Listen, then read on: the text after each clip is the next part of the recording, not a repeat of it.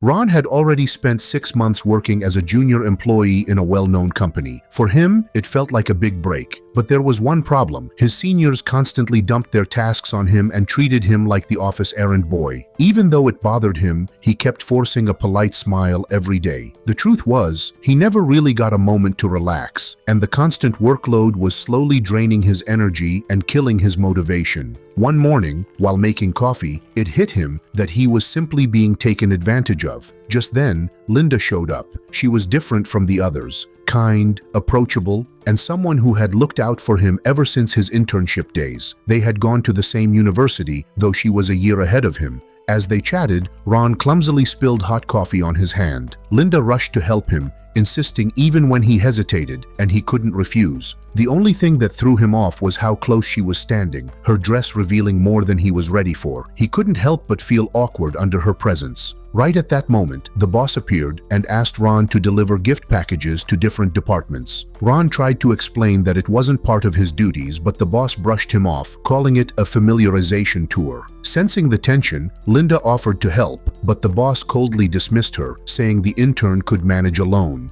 Before leaving, she promised Ron a walk together later, which lifted his spirits for a moment. The mood, however, quickly turned sour. With a smirk, the boss tossed the bag of gifts straight at Ron's face. Caught off guard, he dropped it, and the neatly wrapped packages scattered across the floor. The boss sneered at his clumsiness and ordered him to pick everything up slowly. As Ron crouched down, collecting the boxes one by one, the boss stood watching, clearly enjoying his humiliation. It was then Ron realized that this wasn't just a superior being strict with his junior. This was deliberate mockery. Ron's phone suddenly buzzed in his pocket, and when he pulled it out, it turned out to be an ad for some mobile game. At first, he just stared at the strange pop-up, confused about why it looked so unusual. Curiosity got the better of him, and he decided to download it. But the moment his finger hit the download button, the screen glowed with a golden light that quickly spread around him. Before he could even react, he was pulled into a portal and thrown out into a place completely unfamiliar. The first thing he noticed was a strange sound, low growls and screeches he had never heard before. Turning around, he froze. Right behind a metal fence stood a horde of terrifying figures. They looked vaguely human but had monstrous faces twisted in unnatural ways. Ron immediately realized what they were. Zombies. The only thing keeping them from tearing him apart was that thin, shaky barrier. Just then, a floating board appeared in front of him,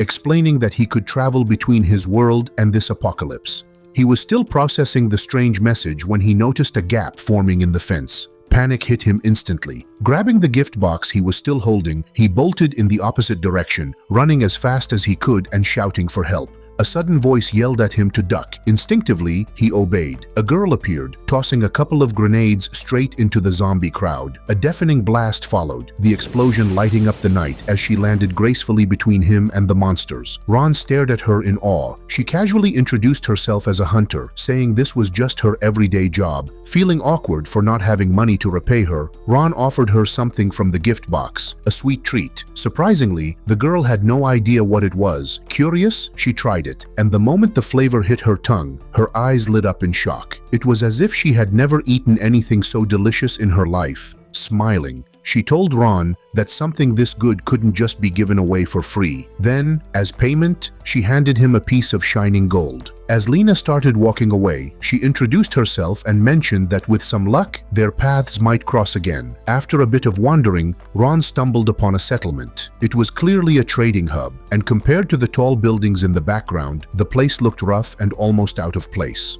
Ron quickly realized something. His treats could actually make him money here. People in the settlement had only ever heard of such food from stories told by their elders, who lived before the apocalypse. Everyone's curiosity was piqued. When someone asked about the price, Ron, without hesitation, declared that it would cost 1 gram of gold for every gram of product. The crowd immediately reacted with outrage. Many claimed no one could afford such a ridiculous price, but Ron calmly defended his demand, saying that no one knew how long they had left to live, and in such times, it was worth experiencing something truly enjoyable at least once. One of the men there, clearly understanding the meaning behind Ron's words, stepped forward and bought 50 grams to try. Others grumbled, saying mercenaries like him had too much wealth compared to ordinary people. but the buyer, who was used to eating whatever kept him alive, was blown away by the flavor. He had forgotten what real food even tasted like, and now he couldn't get enough. Immediately, he asked Ron for 2 more portions in different flavors, offering 100 grams of gold. This set off a chain reaction. The rest of the crowd, not wanting to miss out, started begging for at least small amounts, 10 grams here and there. Soon, everyone was savoring the rare taste, enjoying every bite with obvious pleasure. By nightfall, Ron sat with a bag full of gold, happier than he had ever been. In just one day, he had made what would have taken months in his old job. The thought filled him with pride and motivation, making him dream about how far he could take this new life. But his joy was cut short. Out of nowhere, something sharp pressed against his side, and a voice warned him not to move. It was a robbery, and he quickly realized that someone powerful had taken interest in him.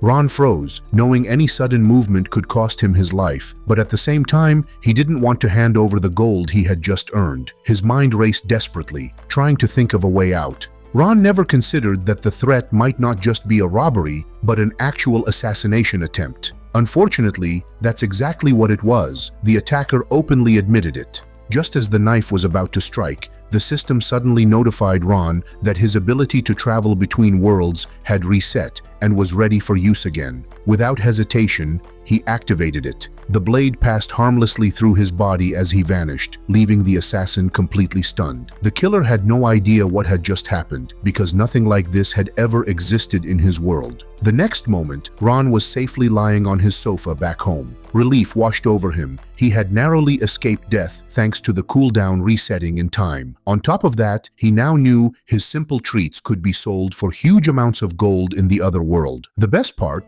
was that the skill only needed 12 hours to recharge. Back at work, things weren't the same anymore. The boss was still annoyed about Ron's behavior and accused him of not respecting authority. But Ron, with his newfound confidence, pushed back. He told the boss that he wasn't a delivery boy and that he had joined the company to build his own skills. When another senior colleague casually ordered him to make coffee, Ron flat out refused. The colleague complained to the boss, hoping to get Ron punished, but the boss brushed it off, calling Ron's attitude immaturity. Linda, however, noticed the change in him. She was surprised at how calm and determined he seemed. Ron told her it was because of her encouragement, though in reality, his confidence came from the gold he now possessed. Later, checking his watch, Ron realized the cooldown was almost over. Excited to return, he prepared himself for another trip. Since he hadn't set coordinates, the transfer was random, and he suddenly appeared in a wide open field covered with green grass. A heavy backpack full of canned food hung on his shoulders. He had prepared this time. The only problem was he had no idea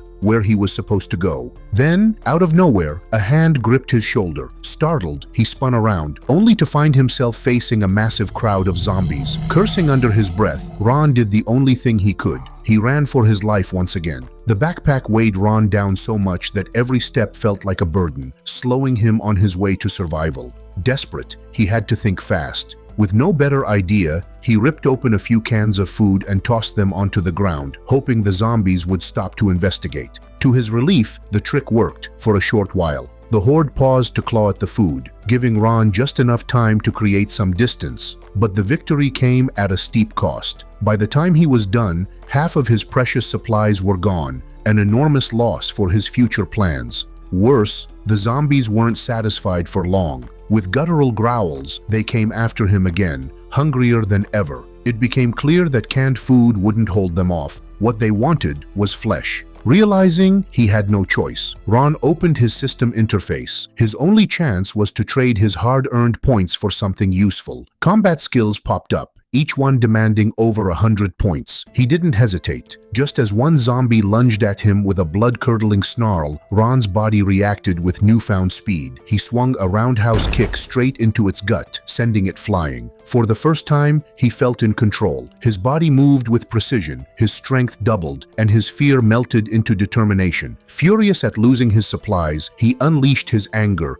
tearing through the zombies with his bare hands. One after another, they fell before him, and to his own surprise, he could now handle 3 of them at once without breaking a sweat. Suddenly, the roar of an engine echoed from behind. A rugged car skidded to a halt, and its passengers, hunters, called out to him. They admitted they had come to help when they spotted him surrounded, but were impressed by how he handled himself. The calm moment didn't last. A new wave of zombies surged toward them, faster and more aggressive than before. The hunters slammed the clutch and shouted at Ron to get in. He didn't need to be told twice. Without hesitation, he leapt into the car. Compared to running on his own, this was salvation. And if movies had always shown zombies as slow and clumsy, Ron now knew the truth. The real ones could sprint like professional athletes. The moment Ron climbed into the car, one of the hunters shoved a firearm into his hands, an automatic weapon, heavy and intimidating. They warned him that ammo was precious in this world, and every shot mattered. The driver fired smoothly, hitting zombies in the head with ease even as the car sped forward, clearly expecting Ron to be just as capable.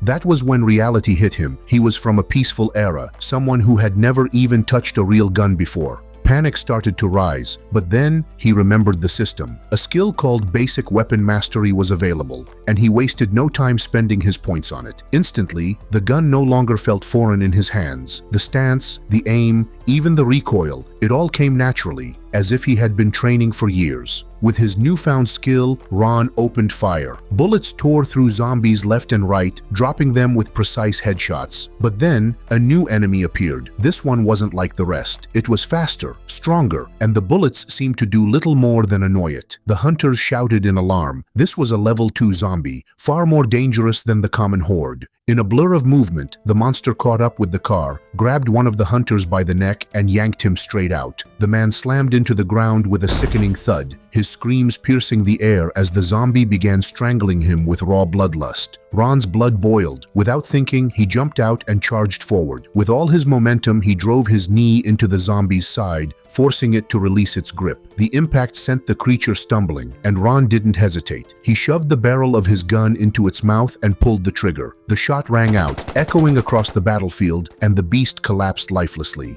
The hunters stared in astonishment before breaking into praise. Killing a level 2 zombie wasn't something just anyone could do, especially not so decisively. As the dust settled, the injured hunter got back to his feet. Without a word, he crouched beside the corpse and began tearing into its skull. Ron was shocked, unsure what to expect. A moment later, the man pulled out a glowing blue crystal and held it up. Confused, Ron asked what it was. The hunters explained that these crystals were rare and extremely valuable. They carried power that went far beyond money, and in this world, they were treasures worth fighting for. The hunter handed Ron a crystal as a token of gratitude for saving his life. For Ron, that gesture felt more precious than any treasure, almost like when your favorite YouTuber notices you and you'd rather have that moment than all the riches in the world. The hunter told him that while crystals had value, a human life was worth far more. His comrades nodded in agreement, showing Ron some plain white crystals that were enough to cover their needs, so there was no reason for him to feel guilty about accepting the gift. Ron quickly realized a few things. Being a hunter was risky, but it could also be very profitable. The elder hunter placed a hand on his shoulder and asked if Ron wanted to join their group. The younger hunters added that it wasn't unusual for newcomers with some talent to be invited in. Even so, they reassured him that whether he agreed or not, they'd still drop him off at the nearest town. Soon, their vehicle started moving, carrying them toward civilization. As they traveled, Ron kept looking at the crystal in his hand. He felt like it held some kind of energy, something more than just shiny stone. Almost as if answering his thoughts, the system suddenly offered him the option to exchange the crystal for points. Without hesitation, he agreed. The crystal shattered into glowing fragments and vanished into the system, leaving behind a reward, 100 gold. That was more than he could have imagined. The system didn't stop there. It introduced a new feature. For 100 points, Ron could expand his inventory space by 1 square meter. It was an incredible deal, and he immediately accepted. Meanwhile, the group reached a refugee camp on the way to the settlement. The place was heartbreaking. People starving, stripped of even the most basic necessities. At the settlement's entrance, a guard was checking vehicles and passes. He immediately recognized Autumn, the older hunter, and greeted him with a friendly smile. Since the guard owed Autumn a favor, he agreed to issue a pass for Ron, who didn't have one. Once inside, Ron was surprised at the size of the settlement. Tall fences surrounded it, guard towers stood at intervals, and buildings of all kinds filled the place. This was where Ron and the hunters parted ways, as their base was elsewhere. Ron thanked them for the help, watched them drive away, and waved goodbye. Now, his focus shifted to the very reason he had made the journey: to sell the canned food he had brought along, hoping it would fetch him a good price. As he walked through the market, he noticed a man loudly trying to sell an SUV, claiming a 70% discount, which sounded almost too generous. On the other side, another man bragged about expensive alcohol that had been made before the apocalypse. While Ron was taking in the scene, a strange man suddenly stepped into his path. This guy had a playful yet suspicious smile and immediately mistook Ron for someone wealthy. He tried to sell him a machine, dropping hints that the deal would be worth it. At first, Ron was taken aback and angrily questioned if it was normal to rob people openly in broad daylight, and that too while holding a weapon. But when he realized he wasn't in real danger, his confusion grew. Why was a weapon even part of this conversation? The merchant, however, had sharp eyes. He had seen Ron get out of the hunter's car and quickly guessed that Ron might actually need a weapon. Ron was caught off guard when he realized the dealer wasn't selling anything except weapons. At first, he doubted if this kind of trade was even legal, but the seller quickly assured him it was completely above board. Once Ron seemed convinced, the dealer immediately switched tactics and pushed harder, offering a 20% discount, only 5 blue crystals for the gun. Ron declined. Then the man asked if he had gold instead, but again, Ron shook his head. Not giving up, the dealer tried one last time, throwing in what he called a special deal, 200 potatoes. Even that failed. The seller's cheerful expression slowly twisted into irritation, then into open contempt for a buyer who clearly couldn't afford his wares. What he didn't realize was that Ron had been holding back a secret. Hidden in his inventory was the very thing that could change the whole conversation. With a sly smile, Ron pulled out a can of food. The moment it was opened, the delicious aroma spread through the air, driving the merchant half crazy. His attitude flipped instantly. Without hesitation, he agreed to trade the weapon for just that one can. But the joy was short-lived. When Ron inspected the gun, he discovered there was no ammunition with it. Suspicious, he questioned the merchant, only to learn that ammo trading was strictly illegal and could only be done at a specialized warehouse. Determined, Ron set off to find the place.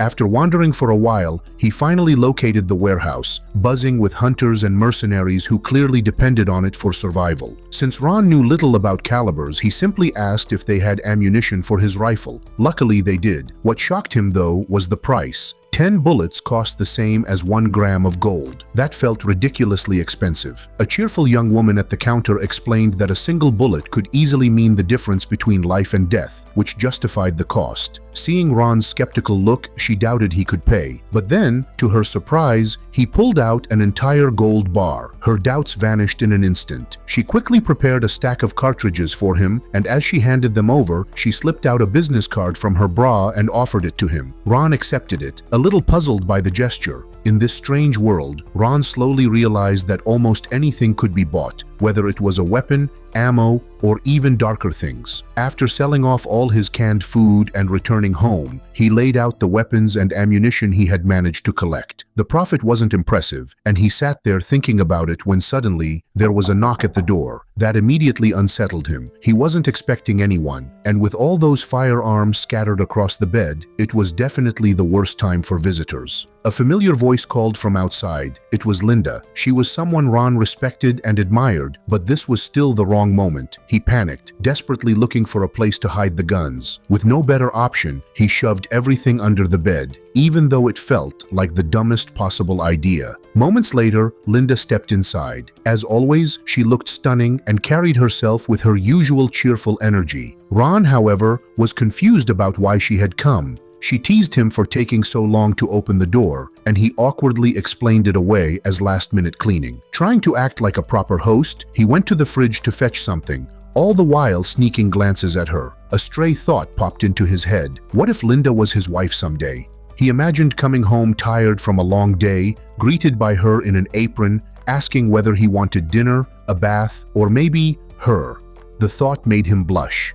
Meanwhile, Linda had already made herself comfortable on the bed, curiously scanning the room. She joked about checking whether men's rooms hid anything indecent. Embarrassed, Ron quickly assured her he was a respectable guy. Ironically, her eyes fell right where the barrel of a weapon poked out from under the bed. Panic shot through him. She absolutely couldn't find out. Rushing to stop her, Ron tripped in the process and accidentally pushed her down onto the bed, landing right on top of her. Flustered, he scrambled to get up, stammering that she was too beautiful and he just couldn't resist the temptation. To his surprise, Linda didn't immediately push him away. Linda didn't overreact, aside from blushing a little more than usual. As she left, she mentioned with a smile that it was perfectly normal for a guy his age to want a beautiful girl. Ron had been sure she would be upset with him, maybe even cut ties, but instead, she closed the door behind her, saying she was actually glad to hear that from him. Standing alone in the quiet room,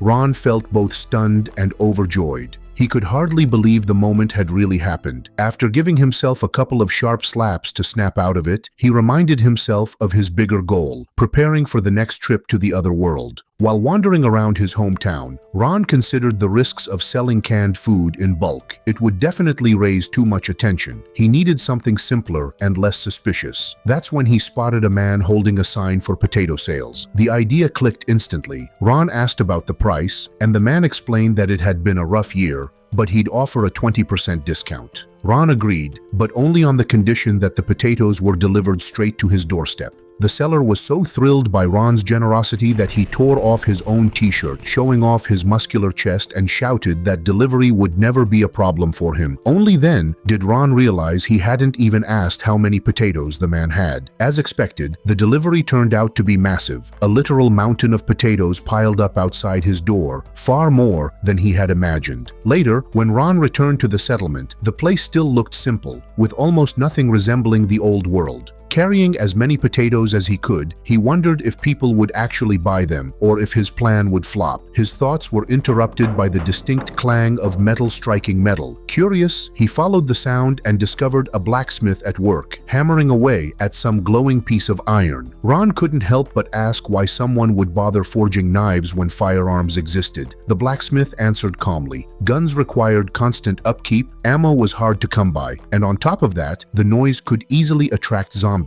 A blade, on the other hand, was quiet, reliable, and always useful. The logic was undeniable. With so many skills at his disposal, Ron figured it was worth investing in a melee weapon too. Still, he wasn't sure what exactly he should choose. Ron asked about the price of melee weapons and what they usually sold for. The blacksmith replied that he didn't care about money. What he valued was food, especially something tasty. Thinking quickly, Ron offered him potatoes, though he doubted they would be taken seriously. To his surprise, the blacksmith's eyes lit up. He was amazed by their quality, noting how clean and pure they looked. It was clear he enjoyed them, which made sense since these potatoes came from another world. With a nostalgic smile, the blacksmith accepted and in return offered his finest katana. Unsheathing it, he explained that the blade had been forged using crystals taken from corpses. Because of that, it had special properties. It could deal extra damage to zombies and even absorb their blood. When Ron held it, he noticed how razor sharp it was, though he worried it might dull quickly. The blacksmith reassured him, saying that the sword would restore its edge after feeding on zombie blood. Realizing the value, Ron couldn't believe that just a bag of potatoes had earned him such a rare and powerful weapon. Eager to try it out, he opened his system and found a skill specifically for katana mastery. It required the usual 100 points, but it was exactly what he needed. Without wasting time, he headed into the nearby forest to test his new blade. It didn't take long before zombies appeared. Unlike his first trip to this world, Ron felt no fear. He was stronger now and ready. With a single smooth motion, enhanced by his basic katana skill, he cut them down effortlessly. As promised, the blade absorbed the blood, and when Ron checked afterward, it was already sharper. That discovery made him grin with satisfaction. Once the fight ended, he began collecting crystals from the fallen zombies to sell later. But before he could finish, the sound of gunfire echoed nearby. He froze, unsure whether to approach or stay hidden. In the distance, zombie heads were bursting apart from precise headshots. A girl in a red jacket stood there, her expression tense and annoyed, clearly frustrated that the crystals she collected still weren't enough for her needs. Out of nowhere, the girl was attacked by a zombie unlike the usual kind. It moved with terrifying speed and lashed out with a long, whip-like tongue. This wasn't an ordinary undead, it was a second-level mutant. The pistol shots she fired barely scratched it, and she quickly realized her weapon wasn't enough. Still, she had no other option and reached for a fresh clip. But the zombie moved faster. Its tongue wrapped around her arm and squeezed so hard that she dropped the magazine onto the ground. Before she could react, the grotesque tongue coiled around her completely, pinning her in place. The monster didn't kill her right away. It seemed to enjoy toying with its prey. Slowly, its slimy tongue slid across her neck, making the scene even more revolting. Knowing she couldn't escape on her own, fear consumed her, and she screamed desperately for help. That's when Ron appeared from the trees. Shouting a warning, he charged forward with his katana. With a single clean strike, he sliced through the creature's tongue, breaking its grip and freeing the girl. Without hesitation, Ron pressed the attack, shifting into a fighting stance. But he hadn't expected what came next. The mutant had abilities beyond normal zombies. Its severed tongue regenerated almost instantly. The creature lashed out again, wrapping the weapon in its slimy coil. The strength behind it was overwhelming, and Ron lost his grip. The katana was ripped from his hands and thrown aside. The zombie let out a twisted laugh, mocking him as though it understood victory was near. Just when things looked grim, the sound of rapid gunfire erupted. A storm of bullets ripped into the mutant's body, tearing it apart before it had the chance to finish him. The source was Ron's newly acquired rifle, the weapon he hadn't tested until now. Its sheer firepower was enough to take down a level 2 zombie with only a few well-placed shots. Catching his breath, Ron approached the corpse and retrieved the glowing crystal left behind. Only then did he remember the girl he had just saved and started searching the area to check if she was safe. It didn't take Ron long to find the girl, but her condition was worrying. The mutant's tongue had squeezed her so hard that she had fainted, and now her body was covered in disgusting slime. One look at it, and Ron immediately feared it might be corrosive, so he knew he had to wash it off quickly. After searching the forest, he finally found a river and carefully cleaned her, making sure the strange mucus was gone. After a while, she began to stir, slowly regaining consciousness. That was a relief. But Ron wasn't sure how she would react once she woke up. Confusion was written all over her face. She remembered blacking out, but couldn't understand why she was still alive. Then, realization hit her. She was lying there, completely naked. Bewildered and embarrassed, she panicked. Ron greeted her with a relieved smile, happy to see her awake, and introduced himself. But as expected, the girl's face turned red, and she immediately grabbed a stone and threw it at him. Catching it awkwardly, Ron tried to explain that he wasn't a pervert. He had only washed the poison off to save her life. The girl, however, wasn't worried about the zombie anymore. What embarrassed her most was the fact that a stranger had seen her body. Even Ron's clarification that he only washed the upper half didn't ease her fluster. Trying to make up for the situation, Ron offered her a small peace gift, 2 boiled potatoes he had cooked while she slept. Instead of gratitude, her cheeks puffed in anger. To her, the idea that her dignity had been compensated with just 2 potatoes was insulting. Still, after calming down a bit, she reluctantly tasted them. The moment she did, her eyes widened in surprise. She hadn't expected something so ordinary to taste so good. Seeing her reaction, Ron added a pinch of ground salt. This shocked her even more. When he asked why, she explained that salt was a rare commodity here, highly sought after in the market and not easily available. For Ron, this was an interesting revelation. If salt was that scarce, then in places far from the sea, it could be turned into a profitable trade. Another business idea quietly took root in his mind. The guy was lost in his own thoughts when the huntress suddenly brought him back to reality by asking if he could sell her the rest of the salt. That's when an idea struck him. Rather than selling, he offered to just give it away for free. The girl froze, not believing someone could be that generous, and even asked if he was joking. He simply shrugged it off, saying it was just a bag of salt, even though in a store such a thing would cost a fortune, maybe even measured in gold. The fact that he handed it over for nothing actually made her uneasy. While she was still processing his strange generosity, he casually asked if she'd like a never-ending supply of salt and food. Of course, he wasn't offering that without expecting something back. The girl's face lit up at first, but then she quickly became gloomy and admitted she had no money or crystals to trade.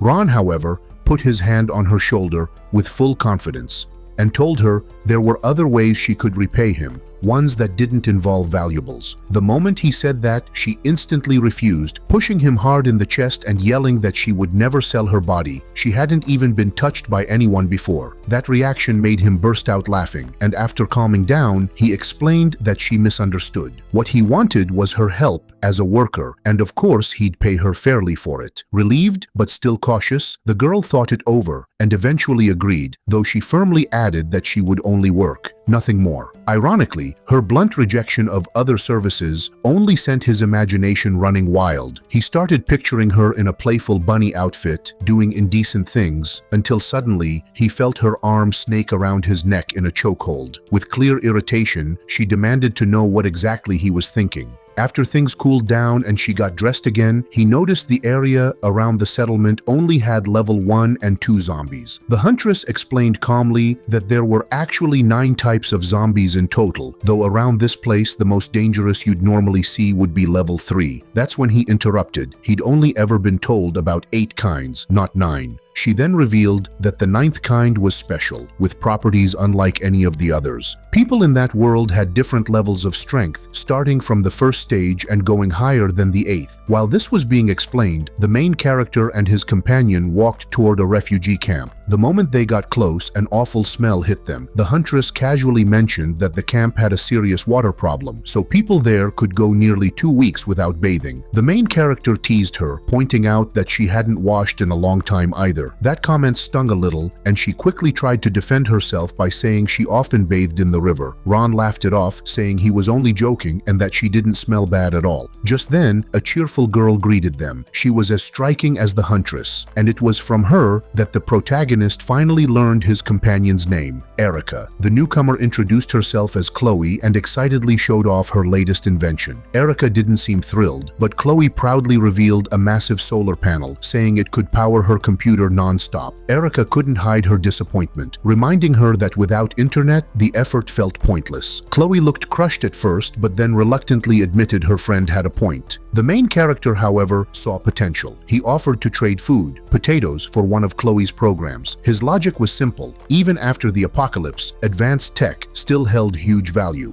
Curious, he asked about the software. Chloe pulled out a flash drive and explained that the program, called Evolution, could literally help someone advance and grow stronger on their own. That explanation immediately caught his attention. Unfortunately, Chloe admitted it wasn't finished yet. She explained she didn't have the time to work on it since survival forced her to take up zombie hunting. Not willing to let the opportunity slip, the protagonist proposed a deal. He would provide her with food and protection, while she focused on finishing the program with the help of an assistant. Chloe's eyes lit up, and she quickly agreed. If he held up his end of the bargain, she promised to share all of her research results. Without a second thought, Ron accepted. Ron really wanted to try this program quickly, so when Chloe happily agreed to the deal, it created a cheerful moment. But Erica didn't take it so lightly. She snapped back, saying that if she had food, she could also bring people to join the zombie hunting squad. Hearing her complaint, the protagonist calmly replied that he actually needed a hunting team too, and promised to provide her with food and gear. This completely changed Erica's attitude. She seemed genuinely happy, though still unsure if he was being serious. When she realized Ron wasn't joking and really meant it, she got so emotional that she hugged him tightly with tears of gratitude in her eyes. After that, she rushed off, promising to quickly find teammates for the squad. Surprisingly, within half an hour, Erica returned with a decent group of capable-looking people. The protagonist had expected just a few random followers, but this was far more than he imagined. Erica confidently claimed that these recruits were skilled hunters, though they asked for food first. Ron handed over a bag of potatoes, assuring them that he never lied and that following him would bring them good rewards. Some hunters, however,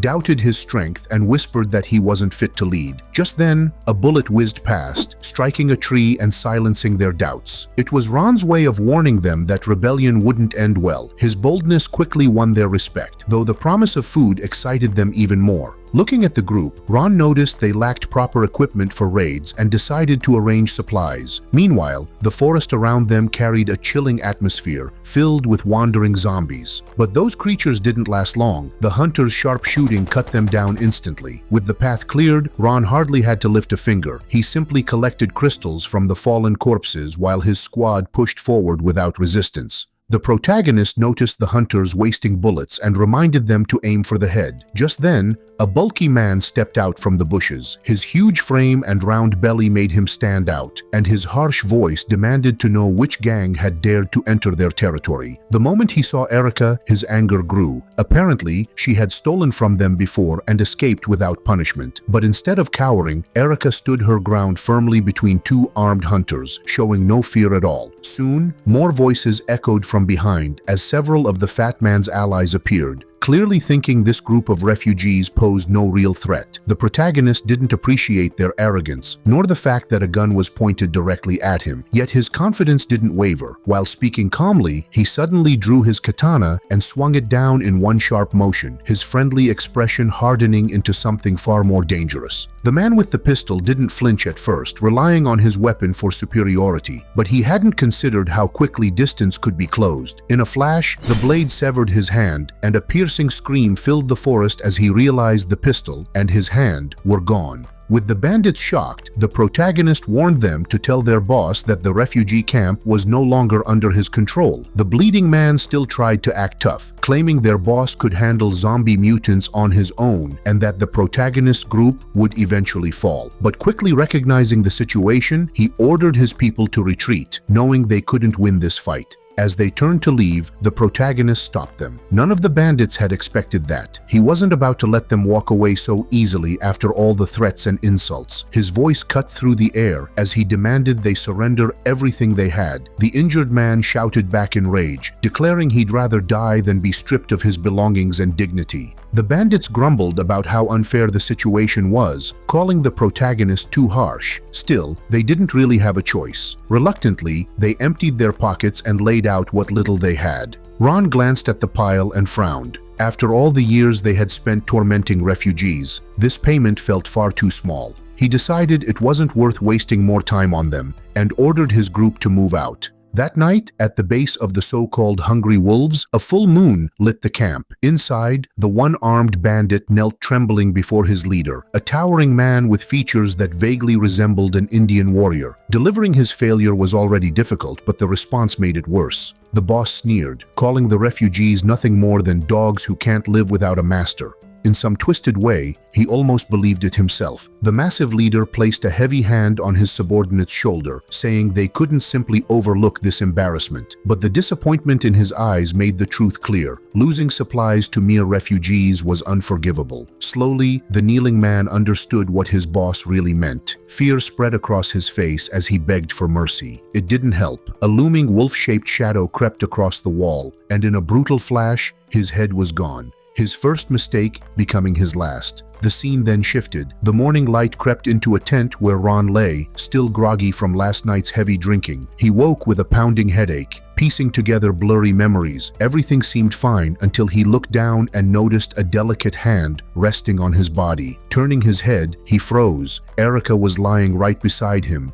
peacefully asleep and completely naked. As fate would have it, she stirred awake at that exact moment. Still rubbing her eyes, she hadn't yet realized Ron was sitting up next to her. When she finally noticed, confusion turned into panic. She demanded to know what happened, firing questions at him. The problem was, Ron didn't remember either. Right in the middle of their heated exchange, Chloe walked into the tent, ready to report that the program Ron had requested was complete. The timing couldn't have been worse. Both Ron and Erica jumped up like kids caught doing something wrong, trying to explain themselves in a rush. Chloe wasn't fooled. She knew nothing had happened. After all, she was the one who dragged their drunken bodies into the tent because no other place was free. Still, one mystery remained. If nothing happened, why were the two of them unclothed? Chloe, trying to clear the misunderstanding, explained that both Ron and Erica had vomited the night before, and she had no choice but to undress them so they wouldn't stay in dirty clothes. She meant well, but Erica wasn't happy about waking up in just her underwear. Pushing that aside, Chloe handed Ron a flash drive. It contained a hacking program designed so simply that even someone with no technical skill could use it. Ron felt a little insulted, as if Chloe assumed he was clueless, but considering his recent reckless drinking, maybe he deserved it. Still, he was confident in his own abilities. He'd handled software before and didn't expect much trouble. At his workplace, the usual scene unfolded. Small departments, employees minding their own business, and Ron stuck under a boss who loved piling extra work on him.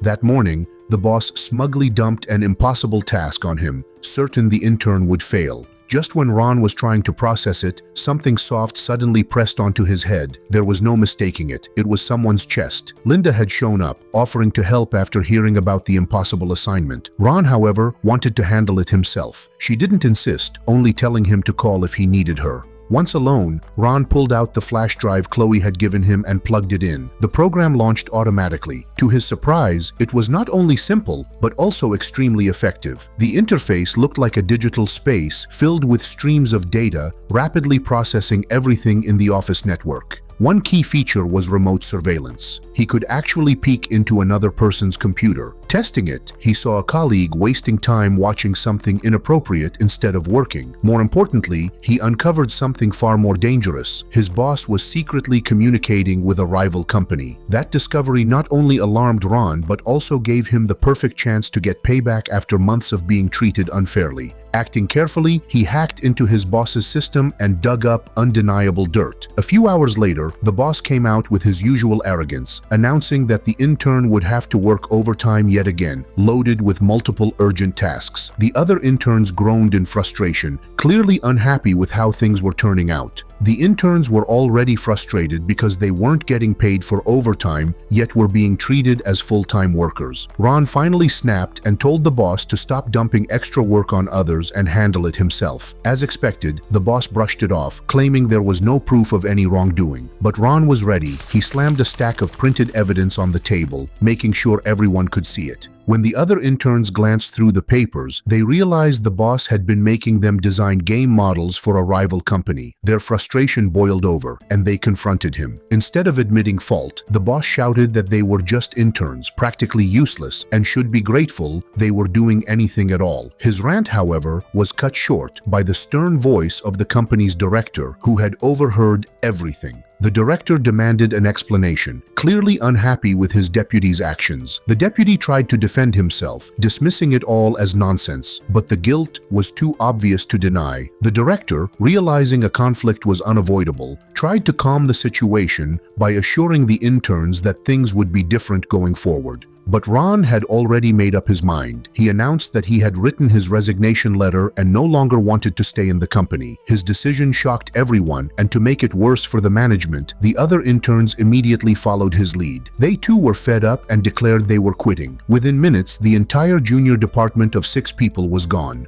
The director's face turned grim. Just yesterday, the company had taken on a big project, and now they were short on manpower. Frustrated, he ordered his deputy to hand in his own resignation. Ron, though satisfied, couldn't shake off the guilt. Because of him, several young people had suddenly lost their jobs, but his colleagues reassured him it wasn't his fault. They had all been holding back their frustration for too long. Still, some of them were worried. Finding new jobs wouldn't be easy, especially for those with families to support. That's when Ron revealed his plan. He told them he was preparing to start his own business and would need a reliable team. Hearing this, the interns lit up with relief. They no longer had to worry about searching for work, and more importantly, they already trusted their new boss. The next morning, Ron returned to the other world, his mind filled with plans. He was beginning to feel that simply buying goods in one world and reselling them in another wasn't enough. It was slow, and the profits weren't as great as he wanted. Now that he had some capital, he needed to start building his own company.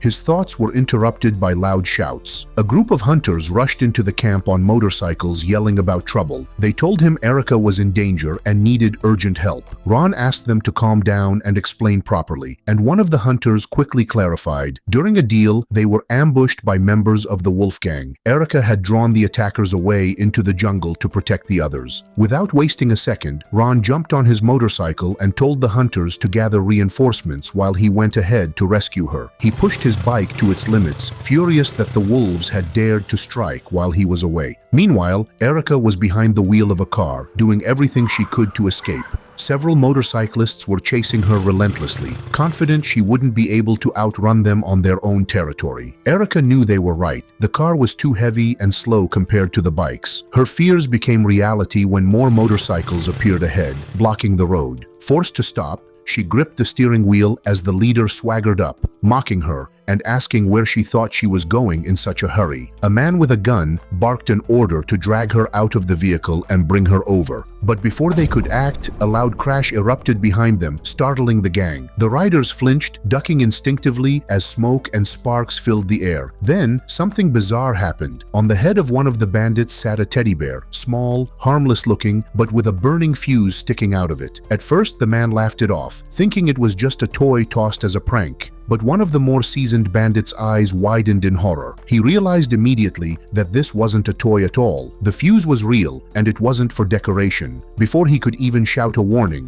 the bear exploded, blasting another rider straight in the face. The gang was left stunned, unable to explain what had just happened. From the shadows of the trees, a striking girl suddenly stepped out. She introduced herself as Na, and it was clear she didn't appreciate the sight of so many men ganging up on someone weaker. With a cold expression, she yanked the pin from a strange-looking ball and tossed it straight at the bandits. The moment it hit, a violent blast tore through the area, far more powerful than the earlier explosions. Bits of metal and flesh scattered everywhere, leaving almost nothing behind. Na smiled with satisfaction. She firmly believed that victory always came with a bigger bang. Erica quickly leapt out of the car, her face lighting up when she recognized Na. The two clearly had history. Their reunion wasn't just relief but also genuine joy. For Erica, it felt like salvation, since she had little chance of escaping on her own. But Na brushed it off, saying she didn't feel like a savior at all. Erica had rescued her plenty of times before, back when she was still awakening to her powers. To Na, this was simply returning the favor between friends. As they caught up, a tall figure emerged from the shade of the trees, his sharp eyes fixed on Na. It was the leader of the wolf gang, and he looked intrigued. Meeting an awakened girl here was unexpected. He decided it was the perfect chance to test her strength while also settling things with Erica. Just then, something tugged at his leg. Looking down, he saw one of his scorched, half-dead subordinates clutching at him, begging for help. The leader's face twisted in disgust. With a vicious kick, he freed himself, then savagely stomped his own man's head until nothing remained. The brutal display made it clear. Mercy wasn't in his nature. Turning back to Na, he smirked and extended an offer. He wanted her to join the wolf gang, promising power, fame, and influence if she sided with him. Na didn't flinch. Instead, she accepted with an almost mocking smile, then immediately pulled out several more bombs and hurled them at him. The forest shook with the force of the explosion. The ground cracked, trees splintered, and fire spread through the clearing. To anyone else, survival was impossible. Confident she had ended it, Na smirked again. But then, at the very heart of the explosion, something stirred. A massive shadow moved through the smoke, each step bringing it closer. Something had survived, something strong. Out of the thick smoke, the wolf gang's leader suddenly emerged. He looked almost excited, grinning as if the real fight had finally begun. What shocked Na the most, there wasn't a single scratch on him despite the heavy blasts. Moments later, a chilling scream rang out across the jungle. Ron recognized the voice instantly. It was Erica. His gut twisted with panic, and the acrid smell of burning around him only made his worry worse. He couldn't afford to waste another second. Gunning the throttle, he pushed his motorcycle to the limit, racing toward the sound. He arrived within minutes, braking so hard that dust sprayed up around him. The scene before his eyes made his blood boil. The massive gang leader stood there, pressing his boot against Erica's head, while both girls lay unconscious at his feet. Ron clenched his fists. Erica wasn't just a comrade anymore, she meant something more, and seeing her treated this way sent him into a rage. The gang leader noticed his fury and smirked, happy to see he'd gotten under Ron's skin. Confident that Ron was weak, he didn't take the threat seriously. But he was wrong. Fueled by anger, Ron closed the distance in a blink and drove his fist straight into the man's face. The speed and force of the strike caught the leader completely off guard. The blow sent him flying, crashing into a tree so hard that it snapped under the impact. Ron didn't wait to admire the result. He rushed to Erica, gently lifting her and checking her condition. Thankfully, she wasn't badly hurt, just battered. She opened her eyes slowly, muttering that she had only taken 2 hits before going down. That was enough to reassure him for the moment. But the fight wasn't over. The leader got back on his feet, this time grinning with genuine excitement. He hadn't faced a real opponent in years, and now he was determined to take Ron seriously. His huge frame moved with surprising speed, and Ron quickly realized he couldn't dodge. He would have to block. The gang boss, smug as ever, assumed Ron's body wouldn't withstand such power, but when their clash came, he was stunned. Ron stood firm, completely unharmed. Ron barely got away with some scratches, but it was enough for him to realize that fighting this kind of opponent head-on wasn't possible. The only way to keep up was by relying on the system. and for that, he had to sharpen his combat skills. Those improvements would boost his strength and speed, but when he checked the screen, that was all it showed. Nothing else. It frustrated him, because this was all he had to work with if he wanted to grow stronger. After pouring a big chunk of his points into upgrades, he suddenly felt a strange rush of power, something he had never experienced before. While Ron was adjusting to the changes, the bandit leader didn't waste time. He charged forward, ready to finish the fight with a final crushing strike. His punch carried everything he had, but to his shock, the blow was stopped mid-air with just one hand. The look of disbelief on the leader's face said it all. He couldn't process how his strongest move had been blocked so easily. Ron, on the other hand, felt satisfied. His boosted stats allowed him to fight with real confidence now. Holding the bandit's arm firm, Ron grabbed him with the other hand and hurled him overhead with explosive force. It might have been a simple throw, but with his new strength, it looked like a technique straight out of advanced martial arts. The bandit leader hit the ground hard, realizing for the first time that in raw power, he was no match for Ron. But Ron wasn't impressed. In fact, he felt disappointed that the fight wasn't challenging enough. He prepared to finish things with a clean punch to the face. Sensing the end, the bandit pulled out his last trick. His body twisted unnaturally, bones cracking as he transformed into a giant wolf. The change happened so fast that Ron couldn't react in time. He was thrown back, landing hard on his back. When he looked up, confusion filled his eyes. The man he was fighting wasn't there anymore. Instead, a huge wolf loomed over him, growling that Ron could never hope to match the strength of the awakened. Ron had no idea what that even meant. In a panic, he tried to make sense of it. The wolf clarified with a sneer, "Only a chosen few break past human limits, and to do that, they need to absorb special crystals from corpses." And compared to that kind of strength, the wolf said, Ron was nothing. The wolf struck fast, its paw landing before Ron could react properly, leaving shallow cuts across his body. Feeling confident, the beast prepared a heavier attack, planning to crush him with a double strike. Ron realized that if he fought recklessly here, the nearby girls could get hurt. He quickly decided to lure the wolf away, so he started mocking it by calling it a dog. The insult worked. With a few leaps, Ron disappeared into the trees, and the enraged wolf charged after him, focused entirely on the chase. That was exactly what Ron had hoped for. If the wolf lost sight of him, he could find the perfect moment to strike.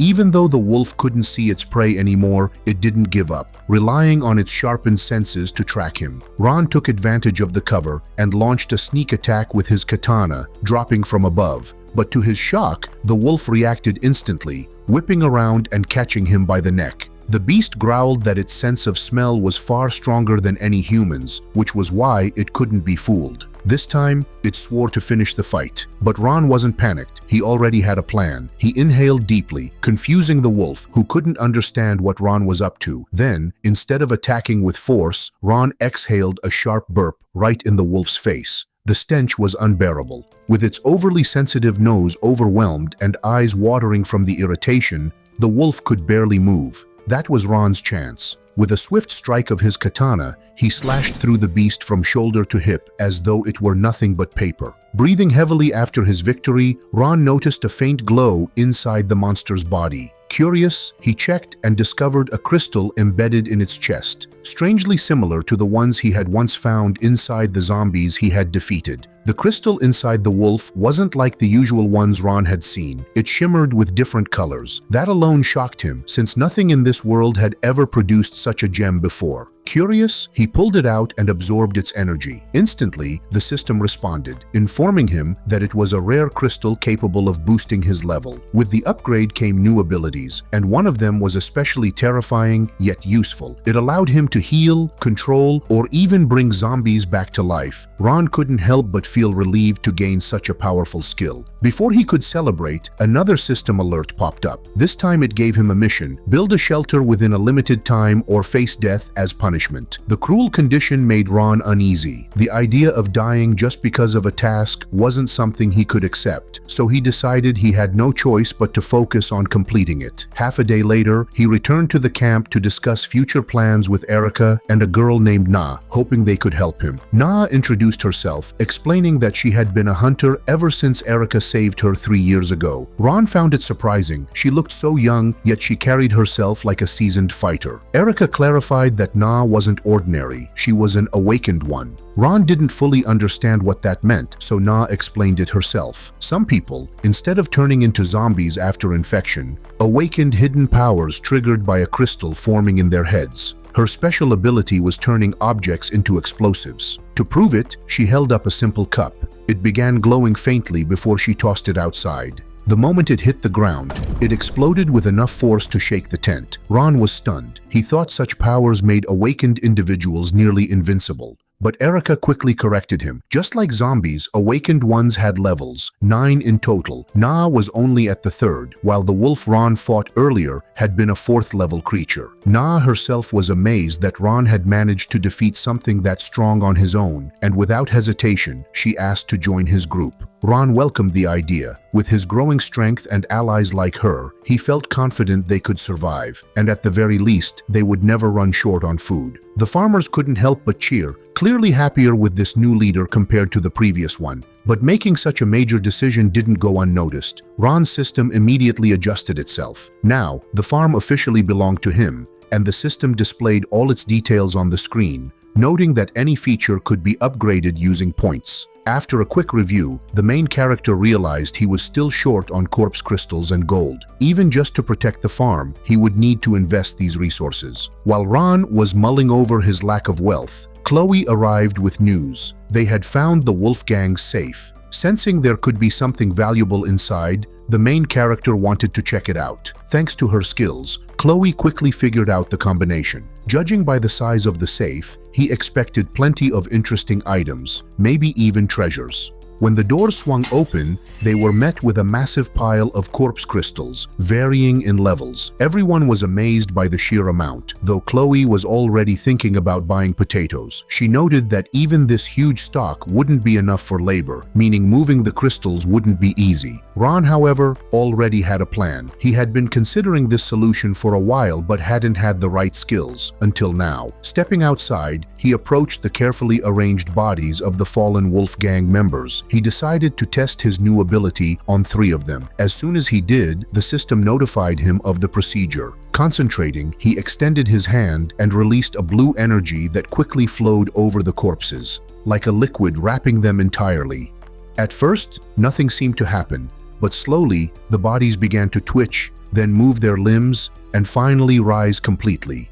No one had seen Ron's new powers before, and the sudden resurrection of corpses left everyone, including Na, terrified. Erica wasn't confused at all. She immediately grabbed a pistol, ready to shoot the living dead. The main character quickly stopped her, explaining that these weren't real zombies but just his resurrected dolls. Erica still didn't fully get it, but for him, this was the perfect chance to show off a new skill. He mentioned that after defeating the wolf, he had gained the ability to control these corpses freely. Since they were only puppets, they could even handle tasks like chopping wood. At first, the zombies followed orders and worked normally, but things went wrong when one accidentally decapitated another while standing in the path of Erica. To her, it seemed like the corpses weren't very useful, and Ron realized that even controlling one was tricky, let alone many. Just then, Chloe's satisfied voice cut in. She had already made a device to help. The main character examined it and saw something that looked like augmented reality glasses. Putting them on, he was left wondering how they worked. Chloe pulled out small chips from her pocket, explaining that one would receive brain signals and the other would send them. One chip went into the helmet and the other had to be placed in the brain of the controlled zombie. The coolest part? It allowed him to control the zombie remotely, almost like inhabiting its body. Curious, Ron decided to test it by touching Erica's thigh to see how the consciousness transfer felt. He was amazed. He could see and feel everything as if he were inside the zombie. What he hadn't counted on was Erica's reaction. She kicked him square in the face. That moment, however, proved that the transferred consciousness truly experienced pain and tactile sensations.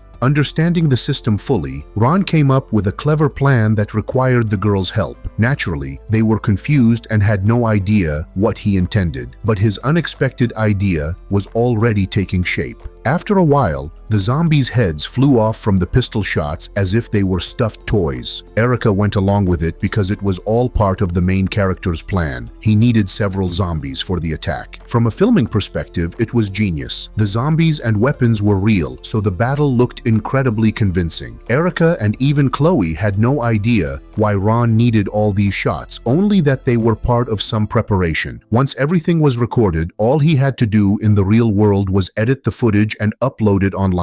The result was a surprisingly realistic game trailer meant to draw attention and build an audience. The night passed unnoticed, and by morning, dawn light streamed through the windows. Ron woke up at the table, utterly exhausted. Despite having just woken, he felt completely drained, stifling a yawn, yet he decided to check how his trailer was performing. He had high hopes and wanted at least some recognition. What he saw on his laptop surprised him beyond expectation. The screen showed Chloe sitting among a crowd of zombies, accompanied by text encouraging players to save her from danger. Several young people were glued to their monitors, eager to try the beta of this ultra-realistic game. Among them was a young woman in an office, curious about the game but unable to find its publisher. She turned out to be the head of a large company and instructed her employees to leave comments under the video to gain beta access. Clearly a savvy business move, recognizing the trailer's potential success. Meanwhile, a retired Special Forces soldier named Rex sat, reloading his pistol and preparing for combat. He knew weapons better than anyone and suspected this wasn't just a game. Everything seemed far too real. At the same time, a package arrived for Mia, a popular streamer with over 5 million fans. She eagerly opened it. Her room was perfectly set up for streaming, complete with camera, microphone, and lighting. Mia planned to showcase the game to her audience. Outside, the farm in this apocalypse world was calm and silent, giving the impression of an ordinary, peaceful world, far removed from the horrors Ron had experienced. The main character was creating zombie bodies so that players could be transported into them, and at that moment, he was working on one for Mia. Looking at her photo, he noticed that her in-game body matched her real one perfectly, which made some tasks easier, like creating 50-player models to allow everyone to join the game. Erica couldn't understand why he was giving each corpse a different face when they were just being used for filming. She even wondered if it was some kind of weird fetish, but he quickly assured her it wasn't and hinted that she'd soon understand. He wasn't about to explain the real reason. Erica wouldn't get it, and if she did, it wouldn't end well for him. Creating faces wasn't hard, since he already knew what the beta testers looked like. Chloe acted as a server administrator, checking the devices and chips, and was impressed that he had found 50 people. But by then, it didn't matter. With all helmets sent out and servers nearly ready, the next step was seeing if the players could actually enter the game. Chloe typed something on her laptop and announced that the brainwave controllers were active. Suddenly, the previously motionless bodies started to move. Mia's body, standing nearby, opened her eyes, which startled Erica. Mia was overjoyed. She couldn't believe such a game existed, and now she was literally in the world from the trailer. Erica was shocked not only by Mia's awakening, but also by how lively she seemed. Mia ran up and grabbed Erica's breasts, curious about the sensations. Naturally, Erica reacted with a punch to the face, but instead of being upset, Mia was thrilled because feeling pain confirmed just how real this world felt. Soon, the rest of the players connected to their zombie bodies, stretching and marveling at how lifelike everything was. One of these bodies belonged to Jill, the businesswoman who had secured access to the closed beta, and she immediately realized she hadn't been mistaken. This world was astonishingly real. Another player turned out to be Rex, the Special Forces soldier, who immediately noticed a difference between his real, agile body and the clumsier in-game one. Once all the players had entered, the main character got their attention by coughing into his hands a few times. That was usually enough to calm everyone down and focus on him. He greeted the new players and explained that they were in the wilderness shelter, ready to start a new life. After a brief introduction, he began going over some of the game rules, including the most important one: death. If a player died, they'd have to create a new character. While he was explaining, Mia approached him, looking carefree and smiling sweetly, which made him a bit uneasy. His instinct was right. She had a knife hidden behind her back. Suddenly, she swung it at him, testing the game's freedom of action. Just as she thought she would succeed, a small pop echoed, and a hole appeared in the middle of her skull.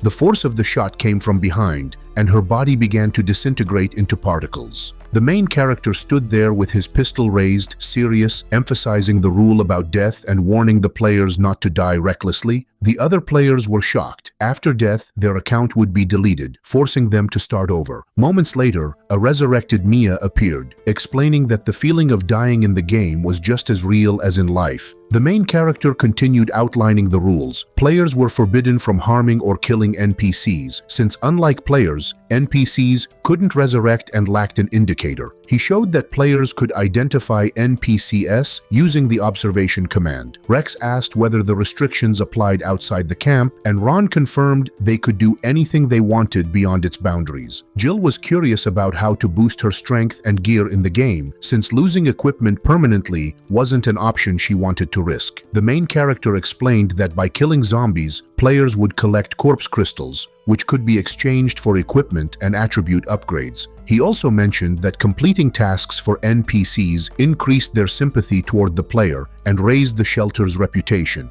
which could also be converted into points. Another option for players was the command system, which allowed them to view detailed information about their characters. When Jill used it, she stared at the status screen, completely baffled by how it worked or what kind of technology powered it. Once the briefing was over, the head of the shelter wished the players luck in this world and fired a pistol to signal the start of the game. Players immediately scattered across the territory, going wherever they wanted. Mia headed into the forest to hunt, followed by a few fans who recognized her. Confident and self-assured, Mia considered herself the game master, and her followers believed it too. They soon encountered a small group of zombies that immediately noticed them and prepared to attack. Mia drew her knife, thinking it would be easy, but within minutes, she realized these zombies were no ordinary weaklings. Recognizing she couldn't handle the fight yet, she asked the main character if there were any non-combat missions. He gave her a blunt answer. If they didn't want to fight, they could do farm work, like tending beds or digging the garden. Mia reluctantly agreed to dig, though she didn't feel like a slave. Meanwhile, Ron enjoyed watching the players work, pleased with how well his idea was unfolding. Suddenly, a familiar voice called out. It was Rex, the Special Forces soldier, holding a mountain of corpse crystals. He wanted to trade them for weapons. The main character was puzzled about how Rex had gathered so many, but Rex explained it was surprisingly easy to find and kill zombies. He just needed better weapons to be more effective. Without hesitation, the main character handed Rex a pistol as a reward, expecting even greater success in zombie extermination. As soon as Rex got the gun, he immediately examined it and quickly identified it as a Browning 1911, spot on. Realizing that one pistol wasn't enough, the main character promised even better rewards in the future. Watching Rex leave, he thought the soldier's skills might come in handy later. Before he could move on, a woman's voice called out from behind. It was Jill. She wanted to try hunting zombies but didn't have the necessary equipment or weapons. Ron explained that everything could be obtained with corpse crystals, but Jill claimed she didn't have any. Then she suggested enrolling in the game as needed, assuming she could pay like in other games. Ron clarified that this game had no enrollment function. All players started on equal footing, though he mentally noted her idea as a potential money-making method. Jill, frustrated, insisted money was all she had and she could easily buy her way in. To handle her stubbornness, Ron lightly touched her chin and told her that real-world status meant nothing here, warning her to stop or face consequences. Jill, however, had already decided she'd find another way. Since the game was free and rules allowed it, she proposed buying crystals from other players with real-world money. The offer was a hit. Many players quickly sold her their crystals. Ron approved of this clever workaround. If you have the means, you might as well use it. Meanwhile, other players were handing Erica tasks like chopping wood and cultivating land. The attention was a bit overwhelming, forcing her into a tight smile. Once the quests were completed, players received points as rewards, which could be exchanged for tools or other useful items, leaving them satisfied and motivated. They were really thankful to Erica and kept asking for more tasks. She sent them off to fix the house and gather medicinal ingredients, though she had no clue why they were so eager to work. Still, she liked that she didn't have to do all the work herself. A few days later, there was a shelter meeting with the main character, NAA, Erica, and Chloe. Everything was going smoothly with the farm and the refugees, mostly because of the corpse dolls who worked tirelessly for almost nothing. Erica noted how energetic the dolls always seemed, as if they genuinely loved working non-stop. The main character mentioned that soon the territory would need expanding, signaling the meeting was basically over. Chloe asked him to stay behind with her because she had some questions. Erica joked that Chloe might want to confess her feelings to Ron, but the main character told her to go ahead while he stayed. He didn't know what Chloe wanted to ask, but encouraged her to speak freely. Suddenly, Chloe got serious and asked who actually controlled the dolls. The question surprised the main character. Chloe was smart, but this was sharp even for her. He couldn't tell the truth, so he lied, saying they were high-ranking people from other settlements with no connection to them. Chloe found this suspicious. She then asked how those people ended up following him. Realizing lying wouldn't help, he placed his hands on her shoulders and said that everything he did was for their benefit. Chloe understood immediately and agreed to help with anything. Suddenly, Erica burst in, shouting that something big was happening outside. A man accused Mia of stealing his crystals after she entered his house. It wasn't unusual since she knew he was just a non-player character. The settlement leader came to investigate. The man wanted to punish Mia to restore justice, but Mia argued that the game allowed complete freedom, meaning stealing was fair game. She'd taken not only the crystals but also armor, weapons, and even underwear meant for the main character. It put him in a tough spot, as Mia was a famous streamer who could greatly promote the game. He thought for a moment and then said that stealing could be excused, but only if they settled things with their fists. If she managed to win, then she would be considered right, but if she lost, she would have to return everything she took, double the amount. The moment this condition was set, both sides were ready to expose each other, so they quickly agreed. Mia prepared to fight and warned her opponent not to underestimate her since she had trained in many martial arts. But that confidence didn't help much. She missed the very first punch to the face and fell hard. Once she was down, the man didn't hold back, determined to teach her a painful lesson so she would never dare to steal again. The main character knew the fight's result was already decided because people from his world were far weaker compared to these embroiderers. In the end, Mia admitted defeat and returned everything she had taken. Ron then declared that from now on, this would be the rule. Any disputes would be settled with strength. Later, a group of guys sat in an internet cafe surprised by the game's high ratings, especially since even Mia gave it a good score, which wasn't easy to get from her. At the same time, Mia was at home, sitting in front of her computer, chatting with her followers. Exhausted from hours of gaming, she drank some beer, happy that her audience finally calmed down and left her to rest. Still, she had to log back in again soon. Suddenly, she realized her beer was finished and her food was gone too. Laughing, she told her viewers she was heading to the store. The shop she entered was huge, with shelves overflowing with products. She walked toward her favorite section, hoping her brand hadn't sold out. Luckily, there was still one last can, but just as she reached for it, another hand stopped hers. Turning around, she saw a young man who politely told her she could have it if she wanted. She accepted with a smile,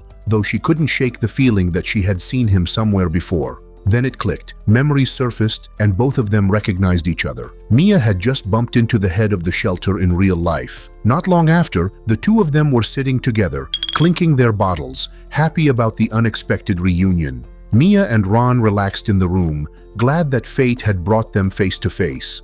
After that surprising meeting, they ended up going over to Mia's place to have a drink. She finally realized that the guy wasn't some NPC but an actual person. He explained that all of this was done to make the gameplay feel more real. Mia, being her usual carefree self, didn't hold back. Though she feared him in the game, in real life she casually teased him, saying he looked pretty average and not particularly handsome. The guy laughed but admitted he was surprised to see that such a well-known girl lived such an ordinary life. He had always imagined her surrounded by endless fans, which turned out to be his mistake, especially now that he was sitting inside her house, having revealed his true identity to probably the least convenient person. Mia made it clear that she wasn't some kind of idol, she was just a gamer. Her followers, she said, appreciated her skills, not her looks, but he didn't agree, pointing out that her appearance was actually very attractive. That embarrassed Mia, and she looked away, though after a moment she glanced back at him and reminded him that such compliments didn't make her happy. The guy, however, wasn't only thinking about her looks, he was considering how her popularity could help promote the game. Still, what mattered most to him was her opinion as an experienced player. Mia didn't disappoint. She suggested adding a dungeon system to make the game more exciting and also told him to change his avatar to match his in-game character. He really liked her ideas and, overcome with excitement, gave her a genuine hug, something she clearly didn't expect. After that, he said goodbye,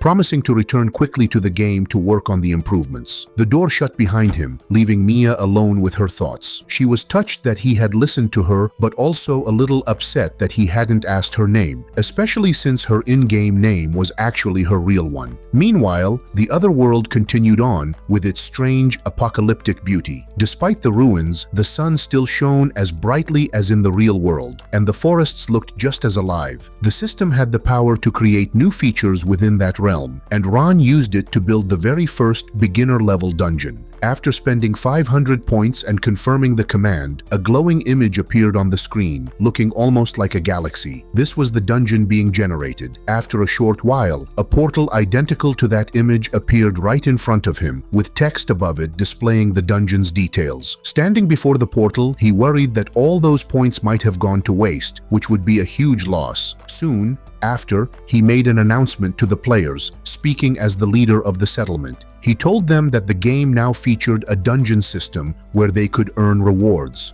The news spread quickly, and players were thrilled. Many had missed the excitement of traditional dungeons, and now they finally had the chance to explore them again.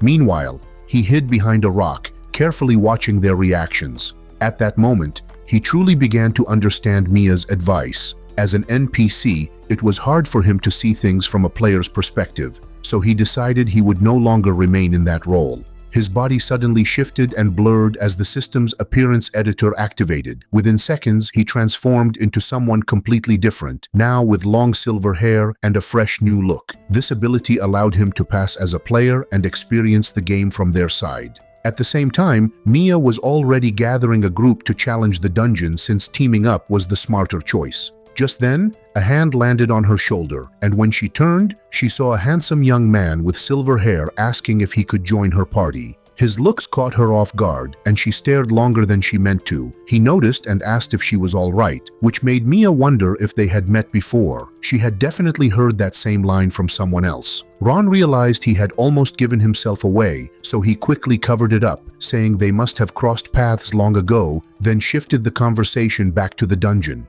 His charm worked, and Mia agreed to let him join. Soon after, two more boys approached, asking to be part of the group. They suggested splitting the dungeon loot evenly, which seemed fair. Mia, trying to look clever, asked the silver-haired newcomer if he agreed, and he nodded without hesitation. With the team ready, Mia's excitement took over. She fired up the group, insisting they shouldn't waste any more time, and together they headed straight toward the dungeon's challenge. Ron felt relieved that Mia hadn't figured out who he really was. Since this was only the beginner-level dungeon, he expected things to go smoothly without any real problems. Outside the portal, a crowd had gathered. Players were waiting for their turn, some already having tried it once. Those who had gone in earlier complained that it was too difficult, blaming their weak equipment and low levels, which wasn't entirely wrong. Mia pushed her way through the group, instantly drawing attention. With confidence, she announced that her team would be the first to clear the dungeon. But her timing couldn't have been worse. Just then, Rex stumbled out of the portal, looking battered and worn, but with a notification above him declaring that he had successfully cleared the zombie forest. Mia's proud words instantly fell flat, and to save face, she quickly changed her statement, saying that survival mattered more than being first. Meanwhile, Ron stopped Rex, placing a hand on his shoulder. Rex looked confused as to why this stranger was paying attention to him, but the reason was simple. Ron handed him a bottle of healing liquid, the equivalent of a first aid kit in that world. Rex was taken aback. Since the beginning of the game, players had rarely shown kindness to one another. Grateful, he promised he wouldn't forget the gesture. But Phil, one of the squad members, didn't like it at all. He complained that such supplies should be kept for the group and not wasted on strangers. Ron calmly told him to mind his own business, which made Phil furious. He was ready to throw punches, but his comrade Tim stepped in and pulled him back before things escalated. With the tension cooled down, Mia activated the dungeon. A bright glow surrounded the party, and light gathered beneath their feet as the system announced they would be transported in 3 seconds. The countdown finished, and they suddenly found themselves deep inside a dense jungle. The system added a clear instruction. They had 60 minutes to clear the dungeon, and the objective was to defeat the boss. Mia looked around in awe. The environment was completely different from the camp,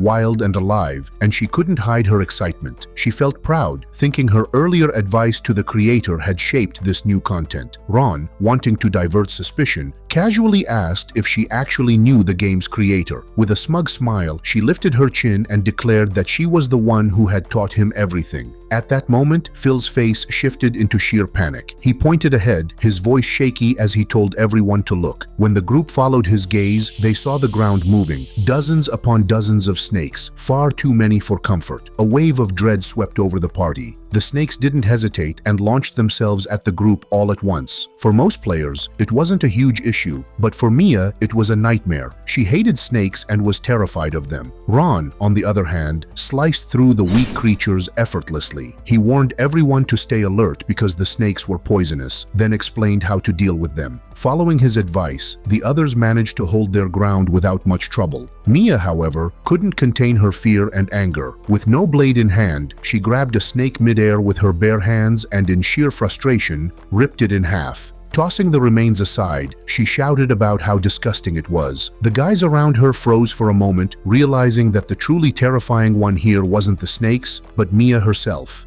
Then came Phil's scream. Everyone turned to see him pale as a ghost, sweat dripping from his forehead. He raised his arm, showing 2 puncture marks. "I've been bitten," he stammered, before collapsing to his knees, blood seeping from the wound as his health bar slowly dropped. He begged the team to leave him behind and move on. Ron quickly reassured him, saying the venom wasn't lethal and all he needed was to get the toxins sucked out. That glimmer of hope encouraged Tim, who immediately stepped forward. He insisted that even though they hadn't known each other long, they were like brothers now, and he wouldn't abandon him. Then he leaned down and started sucking out the poison. The scene, however, looked strangely awkward, like something out of a comedy sketch rather than a rescue. Ron and Mia could hardly hold back their laughter, their faces betraying how entertained they were, especially with the way Tim looked while doing it. Deciding they had seen enough, Mia tugged Ron aside. He didn't resist. Anything was better than continuing to watch that scene. Once they were out of earshot, Ron asked what she wanted to say in private.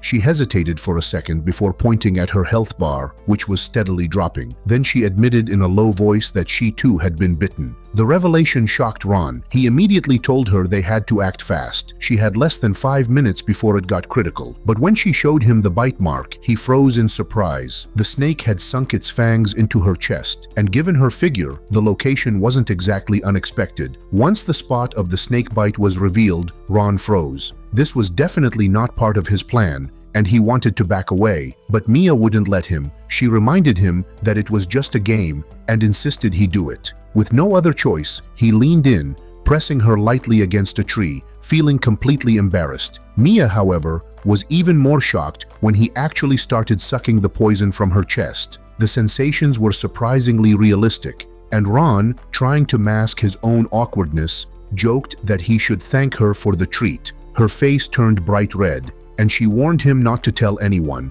or else she'd lose her reputation. Meanwhile, Tim finished treating Phil, happy that his friend was safe. Out of gratitude, Phil told him he could ask for anything in return. That's when Tim admitted he had also been bitten. Without hesitation, Phil declared he would help his brother too, because that's what comrades do. But the situation turned into pure comedy when Tim, instead of rolling up his sleeve, bent over and pulled his pants down, saying his back was exposed. Just then, Ron and Mia returned from the forest, only to be greeted by the bizarre sight of Tim face down, with his pants down, while Phil crouched behind him. Both men quickly tried to explain, but it was too late. The scene spoke for itself. The party didn't waste more time. With 49 minutes left on the clock, they pushed on deeper into the dungeon. Soon, the The path led them into a swamp. Mia frowned, confused about why the place was called the Zombie Forest, when no zombies had appeared so far. Phil confidently assured her that even if zombies did show up, they would protect her. Mia pulled a face and muttered that she didn't need protection from guys who play with filth, which made Phil yell in frustration that he wasn't eating anything disgusting. Before their argument could continue, a strange sound came from the swamp. Out of nowhere, a grotesque creature leapt onto Phil's back and sank its teeth into his head. A system message flashed above. Swamp Zombie, Master of Camouflage. The group froze in shock at the sudden attack, but Ron reacted instantly. He drew his sword, calling out for Phil to duck.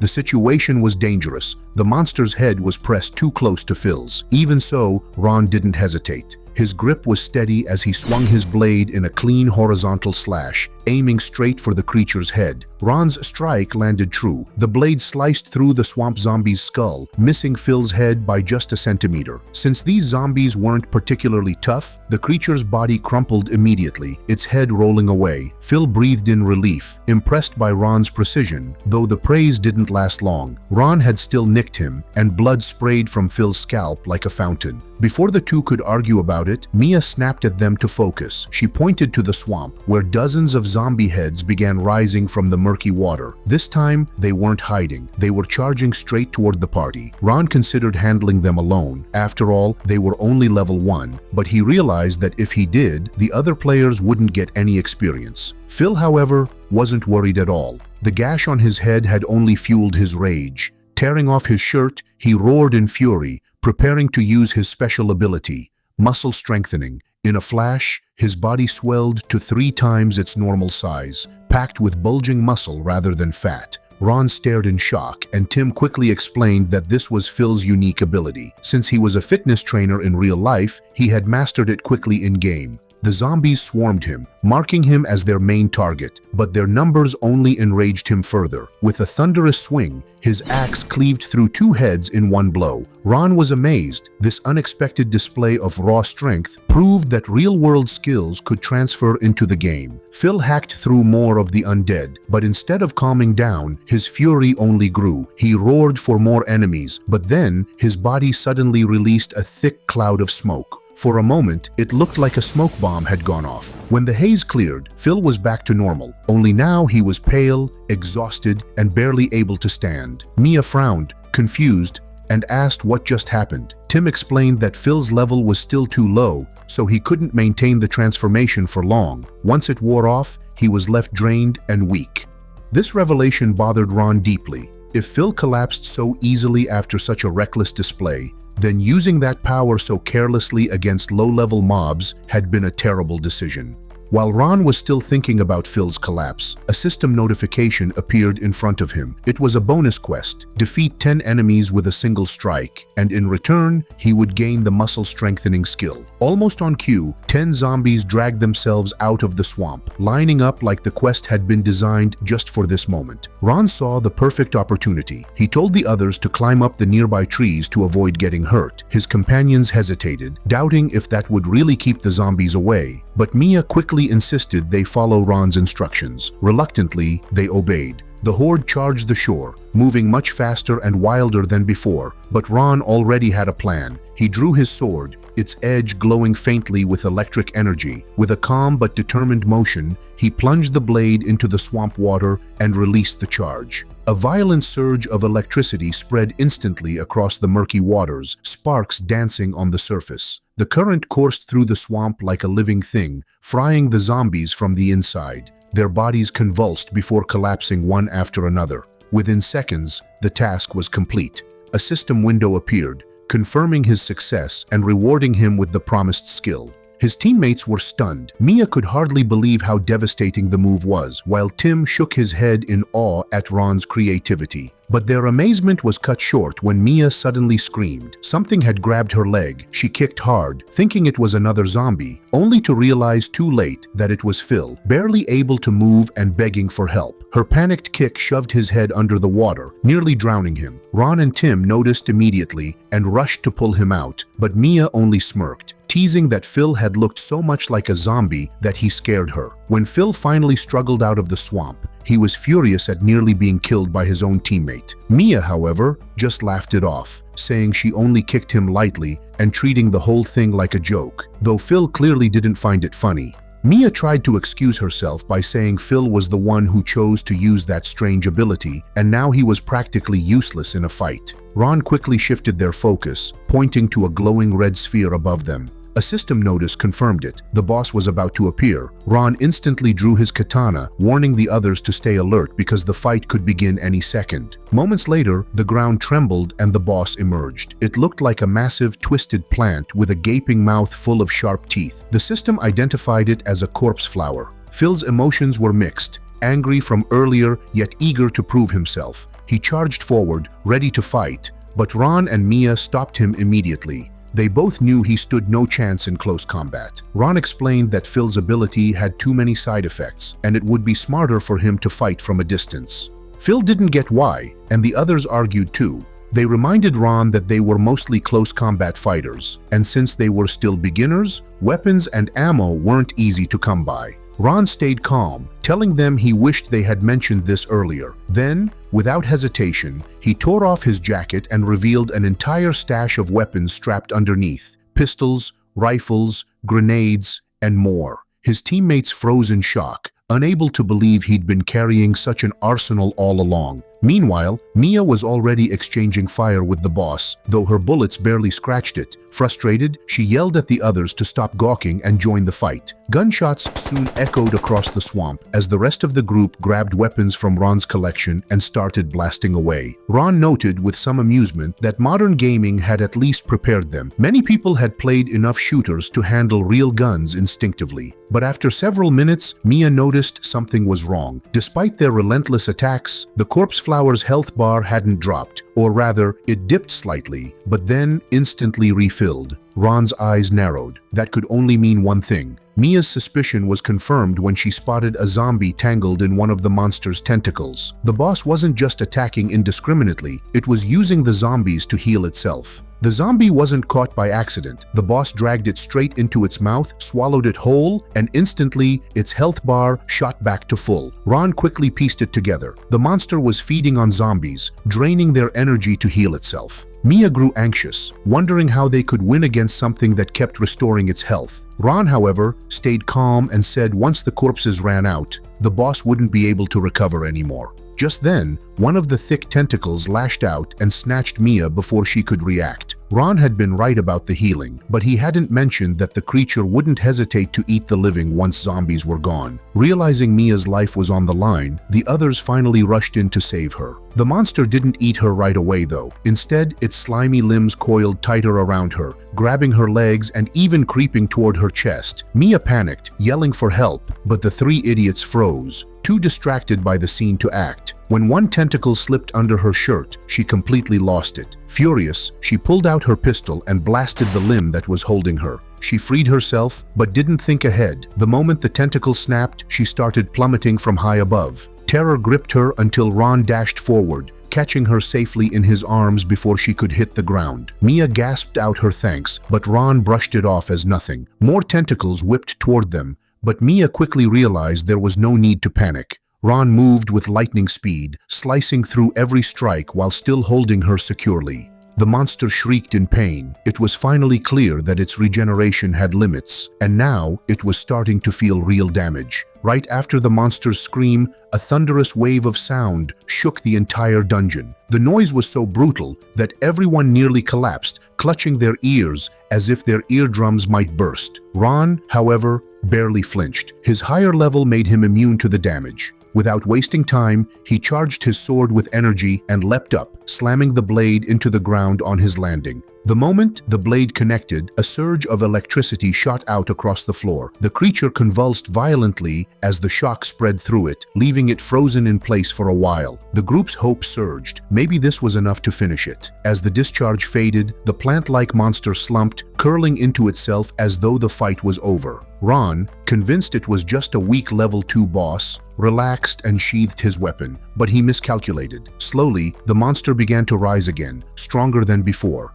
The system flashed a warning. The boss was enraged and had evolved. Phil actually seemed excited. Knowing tougher bosses meant greater rewards, but Tim's expression made it clear he wasn't convinced they'd survive. Ron also underestimated the situation. He had assumed the electric attack would cripple it, but it barely did any harm.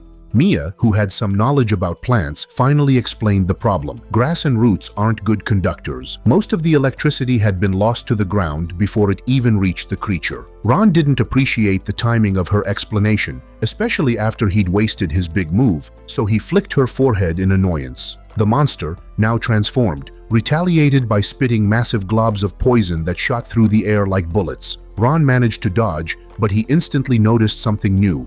The boss had unlocked dangerous abilities after evolving. One poisonous projectile missed him and slammed into a nearby tree, which melted away in seconds. His heart sank. These attacks could kill them instantly. He shouted a warning to the others, but it was already too late. Two of their teammates were struck directly, their bodies drenched in the corrosive slime from head to toe. Ron couldn't figure out how the others had managed to get hit so easily when he suddenly heard Mia's desperate voice calling for help. He spun around, fearing the worst, and froze for a second. The poison hadn't harmed her body, but it was eating away at her clothes. Within moments, most of her outfit had dissolved, leaving her almost bare. Ron sighed, clearly not thrilled by the situation, and quickly slipped off his jacket, handing it to her so she could cover up. Before they could catch a breath, the monster launched another wave of poisonous blobs straight at them. Ron reacted fast, swinging his sword and cutting through all three in one move. It looked impressive, but in truth, slicing liquid wasn't a real solution. Poison still splashed dangerously close, proving this method wouldn't hold for long. While Ron was trying to think of a better strategy, Phil suddenly spoke up with an idea.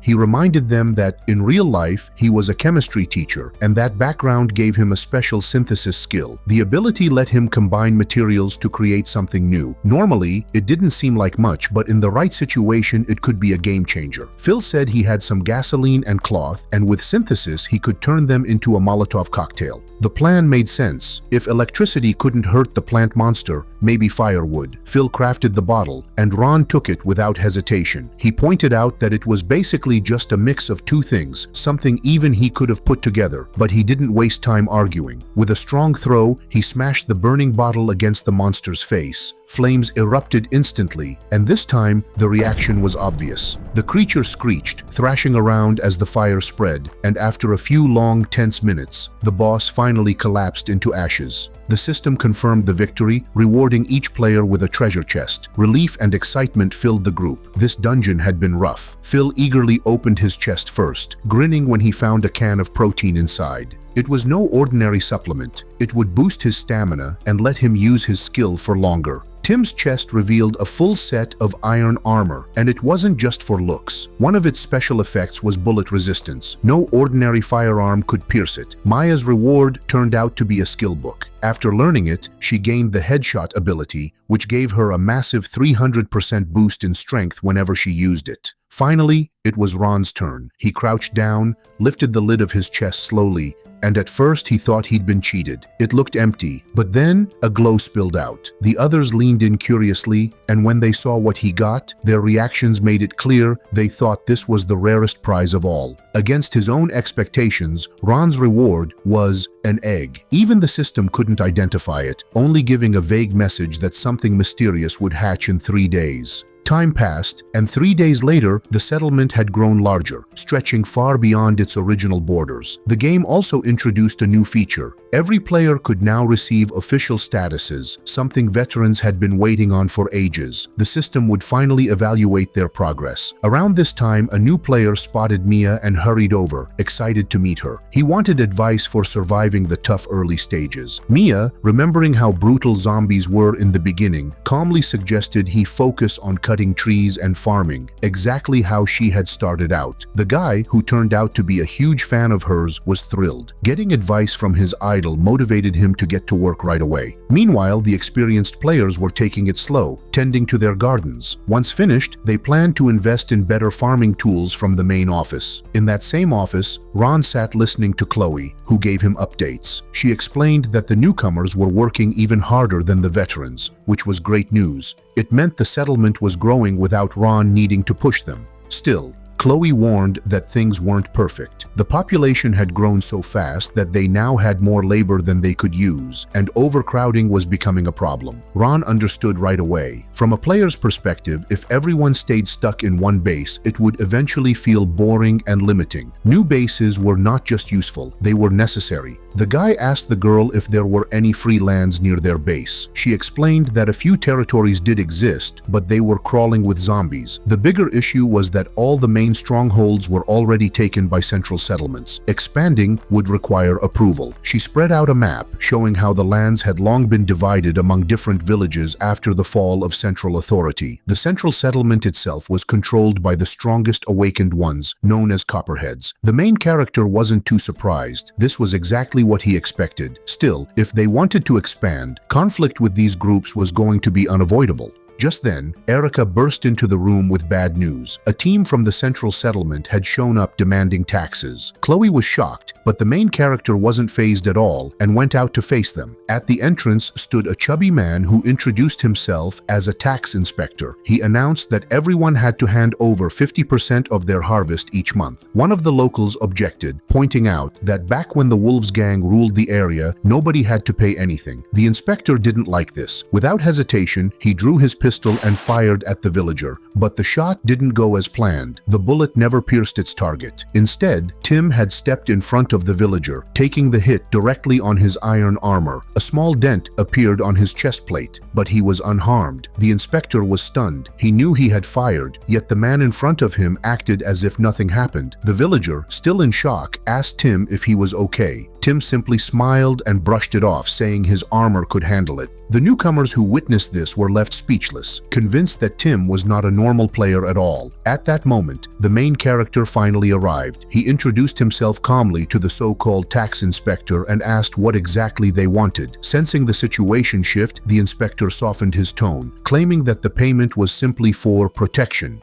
The main character calmly questioned why, if this land was under the Wolves' control, no one from the central authority showed up when distress calls were sent. The inspector gave a faint smile and explained that they had their own troubles, barely managing to survive, but now they were ready to help. Ron didn't let it slide. He reminded the inspector that when people truly needed help, the center ignored them. Yet now, they had the audacity to come around asking for taxes. Hearing this rejection, the inspector fell back to his usual methods. He pulled out his pistol and ordered his men to aim their rifles, trying to scare everyone into submission. Since his squad was well armed, he assumed intimidation would be enough. But the main character stayed perfectly calm. Instead of backing down, he snapped his fingers, and suddenly, dozens of players appeared behind him, each fully geared with powerful weapons. The inspector was stunned. He couldn't figure out how such a small settlement managed to gather so much firepower. When he asked, the players casually told him that they got their weapons from dungeon runs and farming rewards, looking quite smug about it. Realizing the odds were heavily against him, the inspector decided retreat was the only smart option. But the main character wasn't about to let him go so easily, not after the inspector had already shot one of their players. As the inspector turned to leave, he noticed the main character pointing a weapon at him, specifically at his backside. Confused and panicked, he shouted, but before he could react further, a shot rang out. Blood burst from his buttock and his men quickly rushed to lift him up and carry him away. They didn't dare retaliate,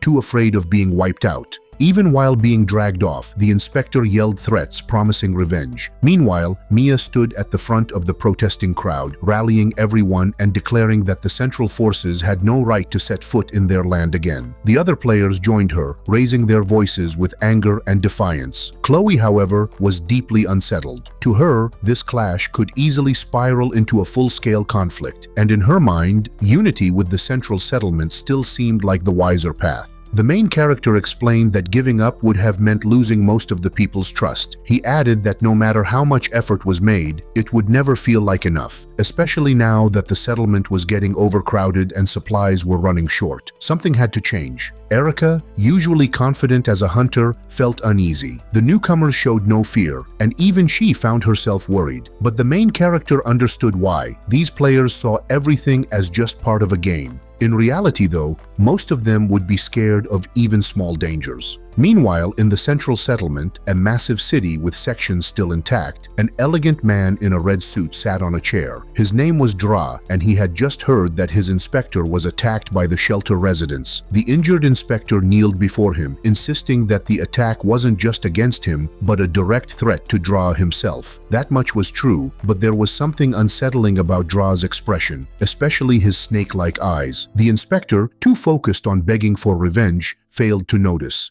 He pleaded with Dra to punish the shelter. Dra, however, calmly mentioned that he had already heard of a young man named Ron who had been making waves recently and expressed interest in meeting him. But, he added, he couldn't show up without a gift. The inspector didn't understand what he meant and suggested that junior staff prepare something. Dra dismissed the idea, saying the gift was already chosen. He touched the inspector's forehead. The inspector realized too late what was happening. A snake burst through the back of his skull, killing him instantly. Dra had decided that the inspector's head would be the present for Ron. A couple of days later, the shelter hosted a fair. Players and even ordinary residents were selling goods, though many items were of questionable quality. One stall, for example, displayed a weak shield and a nearly useless sword, which caused quarrels between merchants trying to push their unwanted wares. The main character walked through the market, noticing how rapidly the shelter had expanded, likely because of the steady flow of new players. Curious, he checked the settlement's status window. The numbers confirmed his suspicion. The shelter was overcrowded. Because of this, morale dropped and productivity suffered. The system demanded action, but he hesitated. Opening a new shelter was an option, yet he knew it would only bring a whole new set of problems. Out of nowhere, a sleek, flashy car rolled up to the shelter. It looked a lot like a Lamborghini, something that clearly didn't belong in a ruined, post-apocalyptic world. The unusual sight instantly drew everyone's attention, since spotting such a machine in these times was almost unreal. When the car stopped, its doors swung open and two people stepped out. The man wore a sharp, expensive outfit, while the woman beside him looked like his assistant. The man introduced himself as the manager of the central district and said he wanted to speak with the leader of the settlement. The locals weren't happy. They still remembered the trouble from the last visit of central authorities and immediately began shouting at the guests, trying to drive them away. But this young man remained calm, even bowing politely to the workers. He explained that he had already dealt with his subordinate who caused all the problems earlier. To prove it, his assistant opened a box and revealed the severed head of the tax inspector. The shocking display horrified the crowd, but also made them realize this visitor had come with very different intentions. The main character couldn't just ignore someone of this level. He stepped forward, greeted the man, and invited him inside if he wished to talk. Dra, the visitor, was impressed by the main character's appearance. It gave off an aura of refined style, and he agreed to enter the office. Before leaving, though, he instructed his assistant to guard the entrance and report if anything suspicious happened. The two men went into a large hall where a wide table and several chairs stood in the center. Meanwhile, Dra's assistant stood firmly at her post, looking strict and unapproachable. Some players noticed her and immediately began whispering among themselves. To them, she looked like a new NPC, and Mia even thought she might be linked to a hidden quest. The other players seemed nervous about starting a conversation with her, so Mia, wanting to set an example, decided to make the first move. Just as she was about to step forward, Rex stopped her, warning that it wasn't a good idea to mess with this woman. But Mia's confidence got the better of her. She believed she could handle it. After all, she thought her charm usually worked. She strode up to the woman, slammed her fist against the wall beside her, and with a cocky smile, invited her to her room, boasting about her excellent bed. The woman didn't shy away from Mia's bold flirt. Instead, she smirked and said that if Mia really wanted something like that, she'd first have to defeat her in a fight. Only if she won would the woman's body belong entirely to the victor. The guys nearby turned red, shocked by such a daring challenge, since they themselves had never gotten that close with any girls. Mia, however, was thrilled. She cracked her knuckles and eagerly accepted, convinced she could win. Meanwhile, inside the office, the two leaders sat across from each other with a map spread out on the table. The main character asked Dra why he had come to the shelter. Dra didn't bother hiding his intentions. He explained that he was interested in this place and wanted to buy it. If Ron agreed, he promised him a guaranteed place in paradise. The main character wasn't so quick to accept. He asked Dra if such a place even existed anymore. Dra spoke with confidence, making it clear that he truly believed it was possible. He insisted that with enough power, the entire world could become a paradise for someone. He even reassured Ron that he didn't need to worry about the settlement's people because Dra would handle everything. At first, the main character smiled politely, giving the impression that he was tempted. Dra was already convinced the deal was sealed. But then Ron's expression changed, showing disappointment. His final answer was a firm refusal. Dra's mood shifted instantly, anger flashing across his face. He demanded an explanation, saying he had thought Ron was a smart man. Ron's response was simple. He valued freedom too much to live like a bird trapped in a cage. This enraged Dra even more, his serpent-like side starting to show as he hissed that he'd heard similar words before, and the man who spoke them didn't end up well. Uninterested in threats, Ron instead offered a counter-proposal. He tapped the map, pointing at a trade route used by caravans from the central settlement. He mentioned the Vulcan Gang, a group that had been causing major problems in the area, suggesting this as the real issue worth dealing with. Dra explained that the Vulcan Gang had taken over a massive metallurgical plant and built their base there. They were powerful enough that even several military expeditions had failed to wipe them out. Hearing this, the main character calmly pulled out a knife and drove it into the map, right where the gang was located. He proposed a deal. He and his people would handle the Vulcans, and in return, the central settlement would stop interfering with his shelter. Dra wasn't convinced. He asked what would happen if the mission failed. The main character answered without hesitation. If they lost, the shelter would automatically belong to the central settlement. Either way, Dra had nothing to lose. The terms were too convenient to ignore, so Dra agreed and even signed a formal agreement to seal the deal. Once everything was settled, Dra wished him luck and headed out with his assistant. Ron didn't bother escorting him, but noise from outside forced him to check what was happening. Right at the entrance, several players were sprawled on the ground, while Dra's assistant stood tall over them, having effortlessly taken them all down. Dra was both surprised and amused by her display. He asked her what happened, and she casually replied that they had just been playing. With a smirk, Dra mocked Ron's group, saying if his people couldn't even handle this, they had no chance against the Vulcan Gang. Ron stayed unfazed, replying coolly that his people were like wild dogs. When hungry enough, they'd break through any obstacle. With that, Dra and his assistant climbed back into their luxury car and left. Ron, however, couldn't help but be impressed by the woman's strength. Her name was Noah, and when Dra asked her opinion about the shelter's fighters, she said they seemed weak but admitted she hadn't seen the full extent of their strength. Still, something about them unsettled her. During the fight, she felt they weren't afraid of death. Dra brushed it off, saying that such people were always the first to die, which was why he believed Ron's side would eventually lose. Meanwhile, the players who had been knocked out started waking up and questioning whether they had been too careless. To refocus everyone, the main character made a big announcement. A time-limited event was starting, called Defeat the Vulcan Gang. Everyone who took part would earn rewards. The news sparked mixed reactions, excitement at the prizes, but also nerves about the danger. Phil immediately asked what made this event different from the usual dungeon runs. The main character explained the rules of the event clearly. Enemies wouldn't respawn, each kill would give points, and for every 3 enemies defeated, players would receive special rewards. Before he even finished, Mia jumped ahead, saying she wanted to be the first since whoever arrived first would likely claim the best rewards. With her usual enthusiasm, she darted forward. Ron stopped her just long enough to point out where the Vulcan Gang's base actually was. Erica then approached him, visibly uneasy. She knew about the contract with Dra and worried that the Vulcan Gang was far more dangerous than the wolves. Even so, the main character remained calm and confident, saying they would manage. Erica couldn't understand where that confidence came from, so he explained that these people weren't just ordinary hunters or bandits. They were like the 4 great disasters unleashed upon the world itself. Elsewhere, in a small hut, chaos was unfolding. A group of men were threatening a woman, demanding she leave her home because it was time to pay for protection. Desperate, The woman knelt and offered them all the crystals she had, begging them to accept. Instead of being satisfied, the thug knocked the crystals from her hands, insulted by the gesture as if she had treated them like beggars. One of the bandits pulled out a can of gasoline and began pouring it, not on the floor, but directly on the woman's young daughter, who clutched her teddy bear while crying in terror. With a cruel grin, he flicked open his lighter and demanded to know where the woman's jewelry was hidden, threatening to burn the child alive if she didn't confess.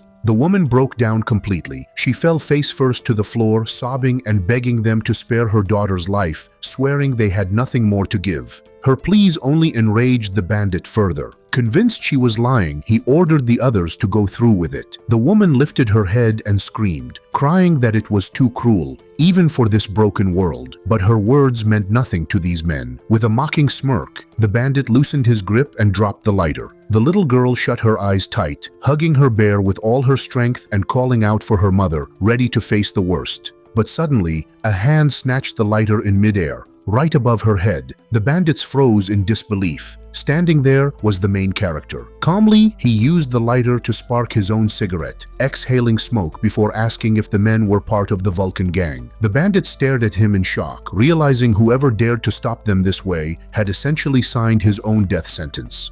Mia decided to handle the two bandits by herself, splitting them up. She went straight for the one with the mohawk, mocking his hairstyle along the way. That jab hit a nerve. He instantly pulled out a flamethrower and unleashed a stream of fire at her. The flame swallowed her whole, and she screamed, shouting that it was unbearably hot. The bandit laughed maniacally, enjoying the sight of someone burning alive. He taunted her, yelling that she should accept her fate and burn to ashes. But the main character quickly reminded Mia that she wasn't an ordinary person. She was a game character. The fire couldn't actually hurt her. Her fear was only a reflex from her human instincts, not real pain. Realizing this, Mia snapped out of it. The Mohawk thug started backing away in panic as he realized his weapon was useless. But before he could react further, the girl, still engulfed in flames, charged straight at him. With incredible speed, she landed a heavy punch square on his face, sending him flying. Because she was still covered in fire, the flames spread onto him, setting him ablaze. Screaming, he burned alive as his own weapon turned against him. The second bandit froze in terror after witnessing his comrade's gruesome end. Knowing they stood no chance, he shouted that even if they killed him, the Vulcan gang would never stop. But before he could continue, the main character cut him off, saying he wasn't going to kill him. Moments later, the man found himself tied to a chair in a darkened place. Several figures surrounded him. The realization hit. Escape was impossible. The main character's expression was stern, as he told him they wanted information about the Vulcan gang. If he cooperated, no harm would come his way. The bandit puffed his chest, refusing. He claimed that as long as his boss was alive, he had nothing to fear. His defiance only made the atmosphere heavier. From the shadows, Rex stepped forward, holding a long iron rod with its tip glowing red hot. It was obvious what it was meant for, and Rex's cold stare made it clear. If the bandit wasn't afraid of fire, they were about to test that claim.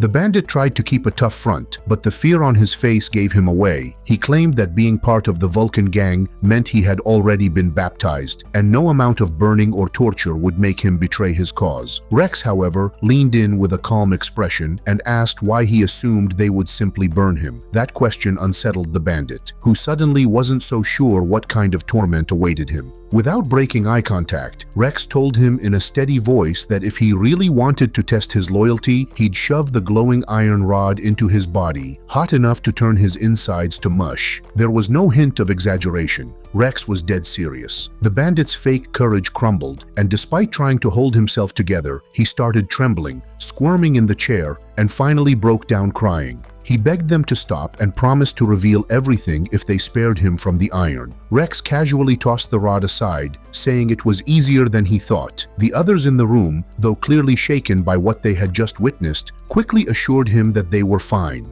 The main character was struck by how effortlessly Rex had forced the prisoner to talk and couldn't help but wonder where he'd learned such brutal tactics. Without hesitation, Rex mentioned Afghanistan, which only added more weight to his words. Judging by his hardened look, there was no doubt he was telling the truth. At that point, the bandit tried to strike a deal. If he gave up everything he knew, would they let him go? The main character smiled warmly, spread his arms, and assured him that they weren't monsters. Relieved, the bandit began spilling secrets. He revealed that their leader was a man called Vulcan, a pyromaniac whose obsession with fire had left countless victims and smoldering ruins behind. He was so cruel that he found pleasure in watching people burn alive. The group, thinking it was all part of some twisted game storyline, listened in awe at how perfectly evil this villain sounded. Satisfied with the information, the main character pushed further, asking about Vulcan's rumored treasures. The bandit admitted that his leader was said to hoard a vast amount of gold stolen from countless raids, but its exact location remained a mystery. Many had searched for it and failed. Still, the main character's eyes lit up at the thought. He could almost feel the weight of the fortune already, imagining himself drowning in riches once the mission was over. Since the main character had stopped pressing for details, Rex decided to dig deeper and asked about the Vulcan gang's weapons. The bandit hesitated but eventually revealed that the gang had around 100 members, each armed with Molotov cocktails, flamethrowers,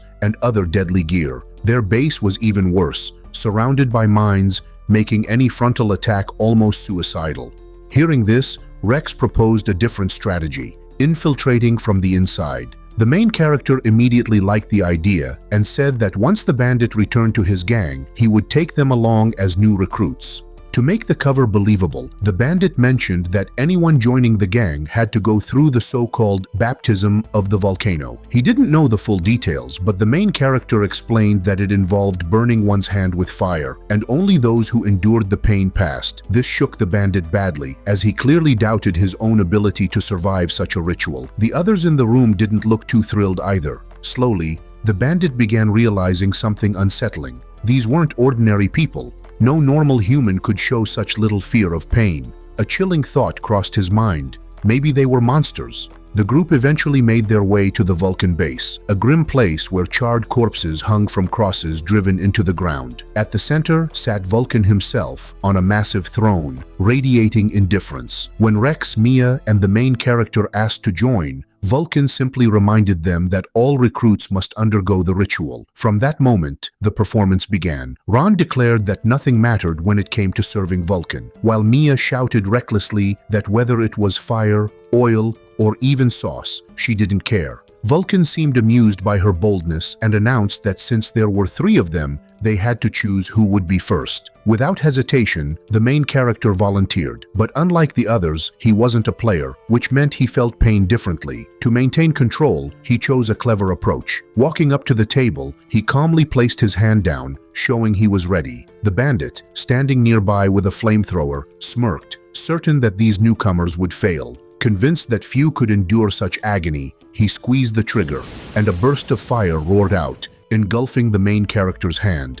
The whole idea of the test was simple. Anyone who wanted to join had to endure unbearable pain. You'd place your hand out willingly, and they would burn it with fire. The main character hesitated for a moment, since unlike the others, he was human and expected it to hurt. But once the flames hit him, he calmly lifted his burning hand and remarked that he expected more from something called the volcano test. His mocking attitude infuriated the bandit. Claiming that this wasn't even close to his full strength, the bandit unleashed double the flames. The main character hadn't anticipated that, thinking the trial would end after the first blast. Still, when the second stream of fire engulfed his hand, he pretended to struggle, making the bandit cheer loudly, boasting that this was true volcanic power and that soon the guy would be begging for mercy. But to everyone's shock, the main character didn't feel pain at all. In fact, it felt strangely pleasant. The other players, watching from the sidelines, were stunned. He wasn't just fearless of fire, he seemed to enjoy it. When the flames finally died down, he raised his hand to show that not a single mark was left. Mia, who was a player, assumed he must have reduced the damage with some ability. What she didn't know was that he wasn't bound by the same rules as the rest. His experience of the world was real. Still, determined to play her part, she stepped up next. Dramatically extending her hand, she declared that she would endure any pain for the sake of joining Vulcan's gang. The bandit, now less impressed after what he'd just seen, simply told her to endure it like her friend did. But as soon as the fire touched her, she collapsed to the floor, screaming and writhing in agony, crying that she was going to burn alive. Her desperate cries grew so annoying that even Vulcan himself ordered the flames to be cut off so the noise would stop. When it was over, Mia nervously asked if she had played her role convincingly, explaining that she tried her best, but judging by the looks on the others' faces, neither Rex nor the main character seemed the least bit impressed. In fact, both thought she had gone way overboard. Now it was Rex's turn. Without hesitation, he stepped forward, placed his right hand on the table, and braced himself for what was coming. By this point, the bandit with the flamethrower had already started to doubt whether any of these three were normal at all. Still, he lowered the weapon once more and pulled the trigger for the third time. Flames wrapped around Rex's hand in an instant, but he stood firm. One of the rules was to never show pain, so he kept silent, even though it felt like torture. The leader of the Vulcan gang admired his endurance and officially welcomed the three of them as new members. When Rex rejoined his team, they praised him for his performance. Even the main character felt uncomfortable just watching it, but the truth was, Rex hadn't disabled the pain at all. He had actually endured everything. Not long after, an older man walked up and introduced himself as their mentor. He said he had a mission for them, one that would help the gang's growth. The main character had expected something like this, and he thought taking the task would be a smart move to secure their standing. Before the details were even clear, Mia was already fired up. She slipped on her glasses and drew her sword, completely ready to go. To the main character, she seemed too impulsive, and he worried that one day her recklessness would cause trouble. The mentor then explained the job. A truck from the central settlement would be transporting valuable supplies for the volcano, and they needed to intercept it. The main character immediately understood how big this was, and 3 people alone wouldn't be enough. But the old man pointed behind him, showing that the camp's elite fighters would join them. He stressed that the cargo was critical and must not be lost under any circumstances. The main character gave his word. They wouldn't let their leader or mentor down. Now, they were officially part of the gang. Mia couldn't believe how easily it had all happened, but the main character reassured her that it was just a game and they could handle it. Rex, however, remained doubtful. Suddenly, a small bottle slipped from the protagonist's pocket and hit the floor with a sharp clink. It didn't break, but the sound caught Mia's attention. She picked it up, curious about what it was. The main character froze. He hadn't expected trouble to come from something as simple as that bottle.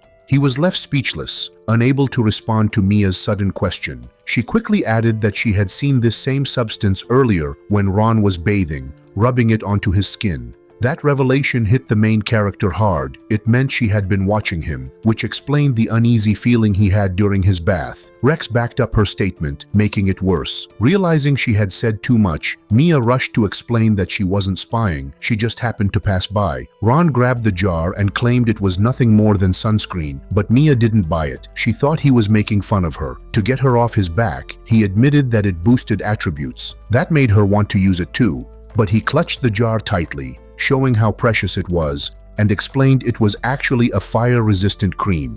Since he couldn't reduce pain like the players, he had to rely on tricks like this. Not long after, a group of guys came over to greet the newcomers. One of them congratulated Ron on joining and introduced himself, saying his own group had joined a little earlier. Ron quickly realized they needed to win these people over to avoid suspicion, so he asked for advice. The guy immediately grabbed Ron's hand, amazed by how he had passed the volcano trial, saying very few could endure it. Not wanting to let down such a devoted follower, Ron simply replied that everything he did was for the glory of the volcano. The admirer grew even more excited, explaining that their mentor had already shared details about the mission and the vehicles were prepared, so there was no time to waste. Soon, 3 cars rolled out into the wasteland, one of them carrying Ron and his team. Watching them leave were the Vulcan gang's leader and his mentor. Vulcan strongly suspected the newcomers were spies from Dra, and the mentor agreed, which is why their very first mission was to raid a Dra caravan. Vulcan clenched his fist, flames sparking in his palm, and swore that if they betrayed him, he would burn them alive in the most painful way possible. A few hours later, the team arrived at the meeting point. According to the intel, this was the correct location. Everyone sat down at a table, and their older comrade ordered the gang's signature dish, noodles served with ox eyes. He sat there with a big smile, proudly calling the dish the peak of fine cooking, and insisted that even the newcomers should give it a try.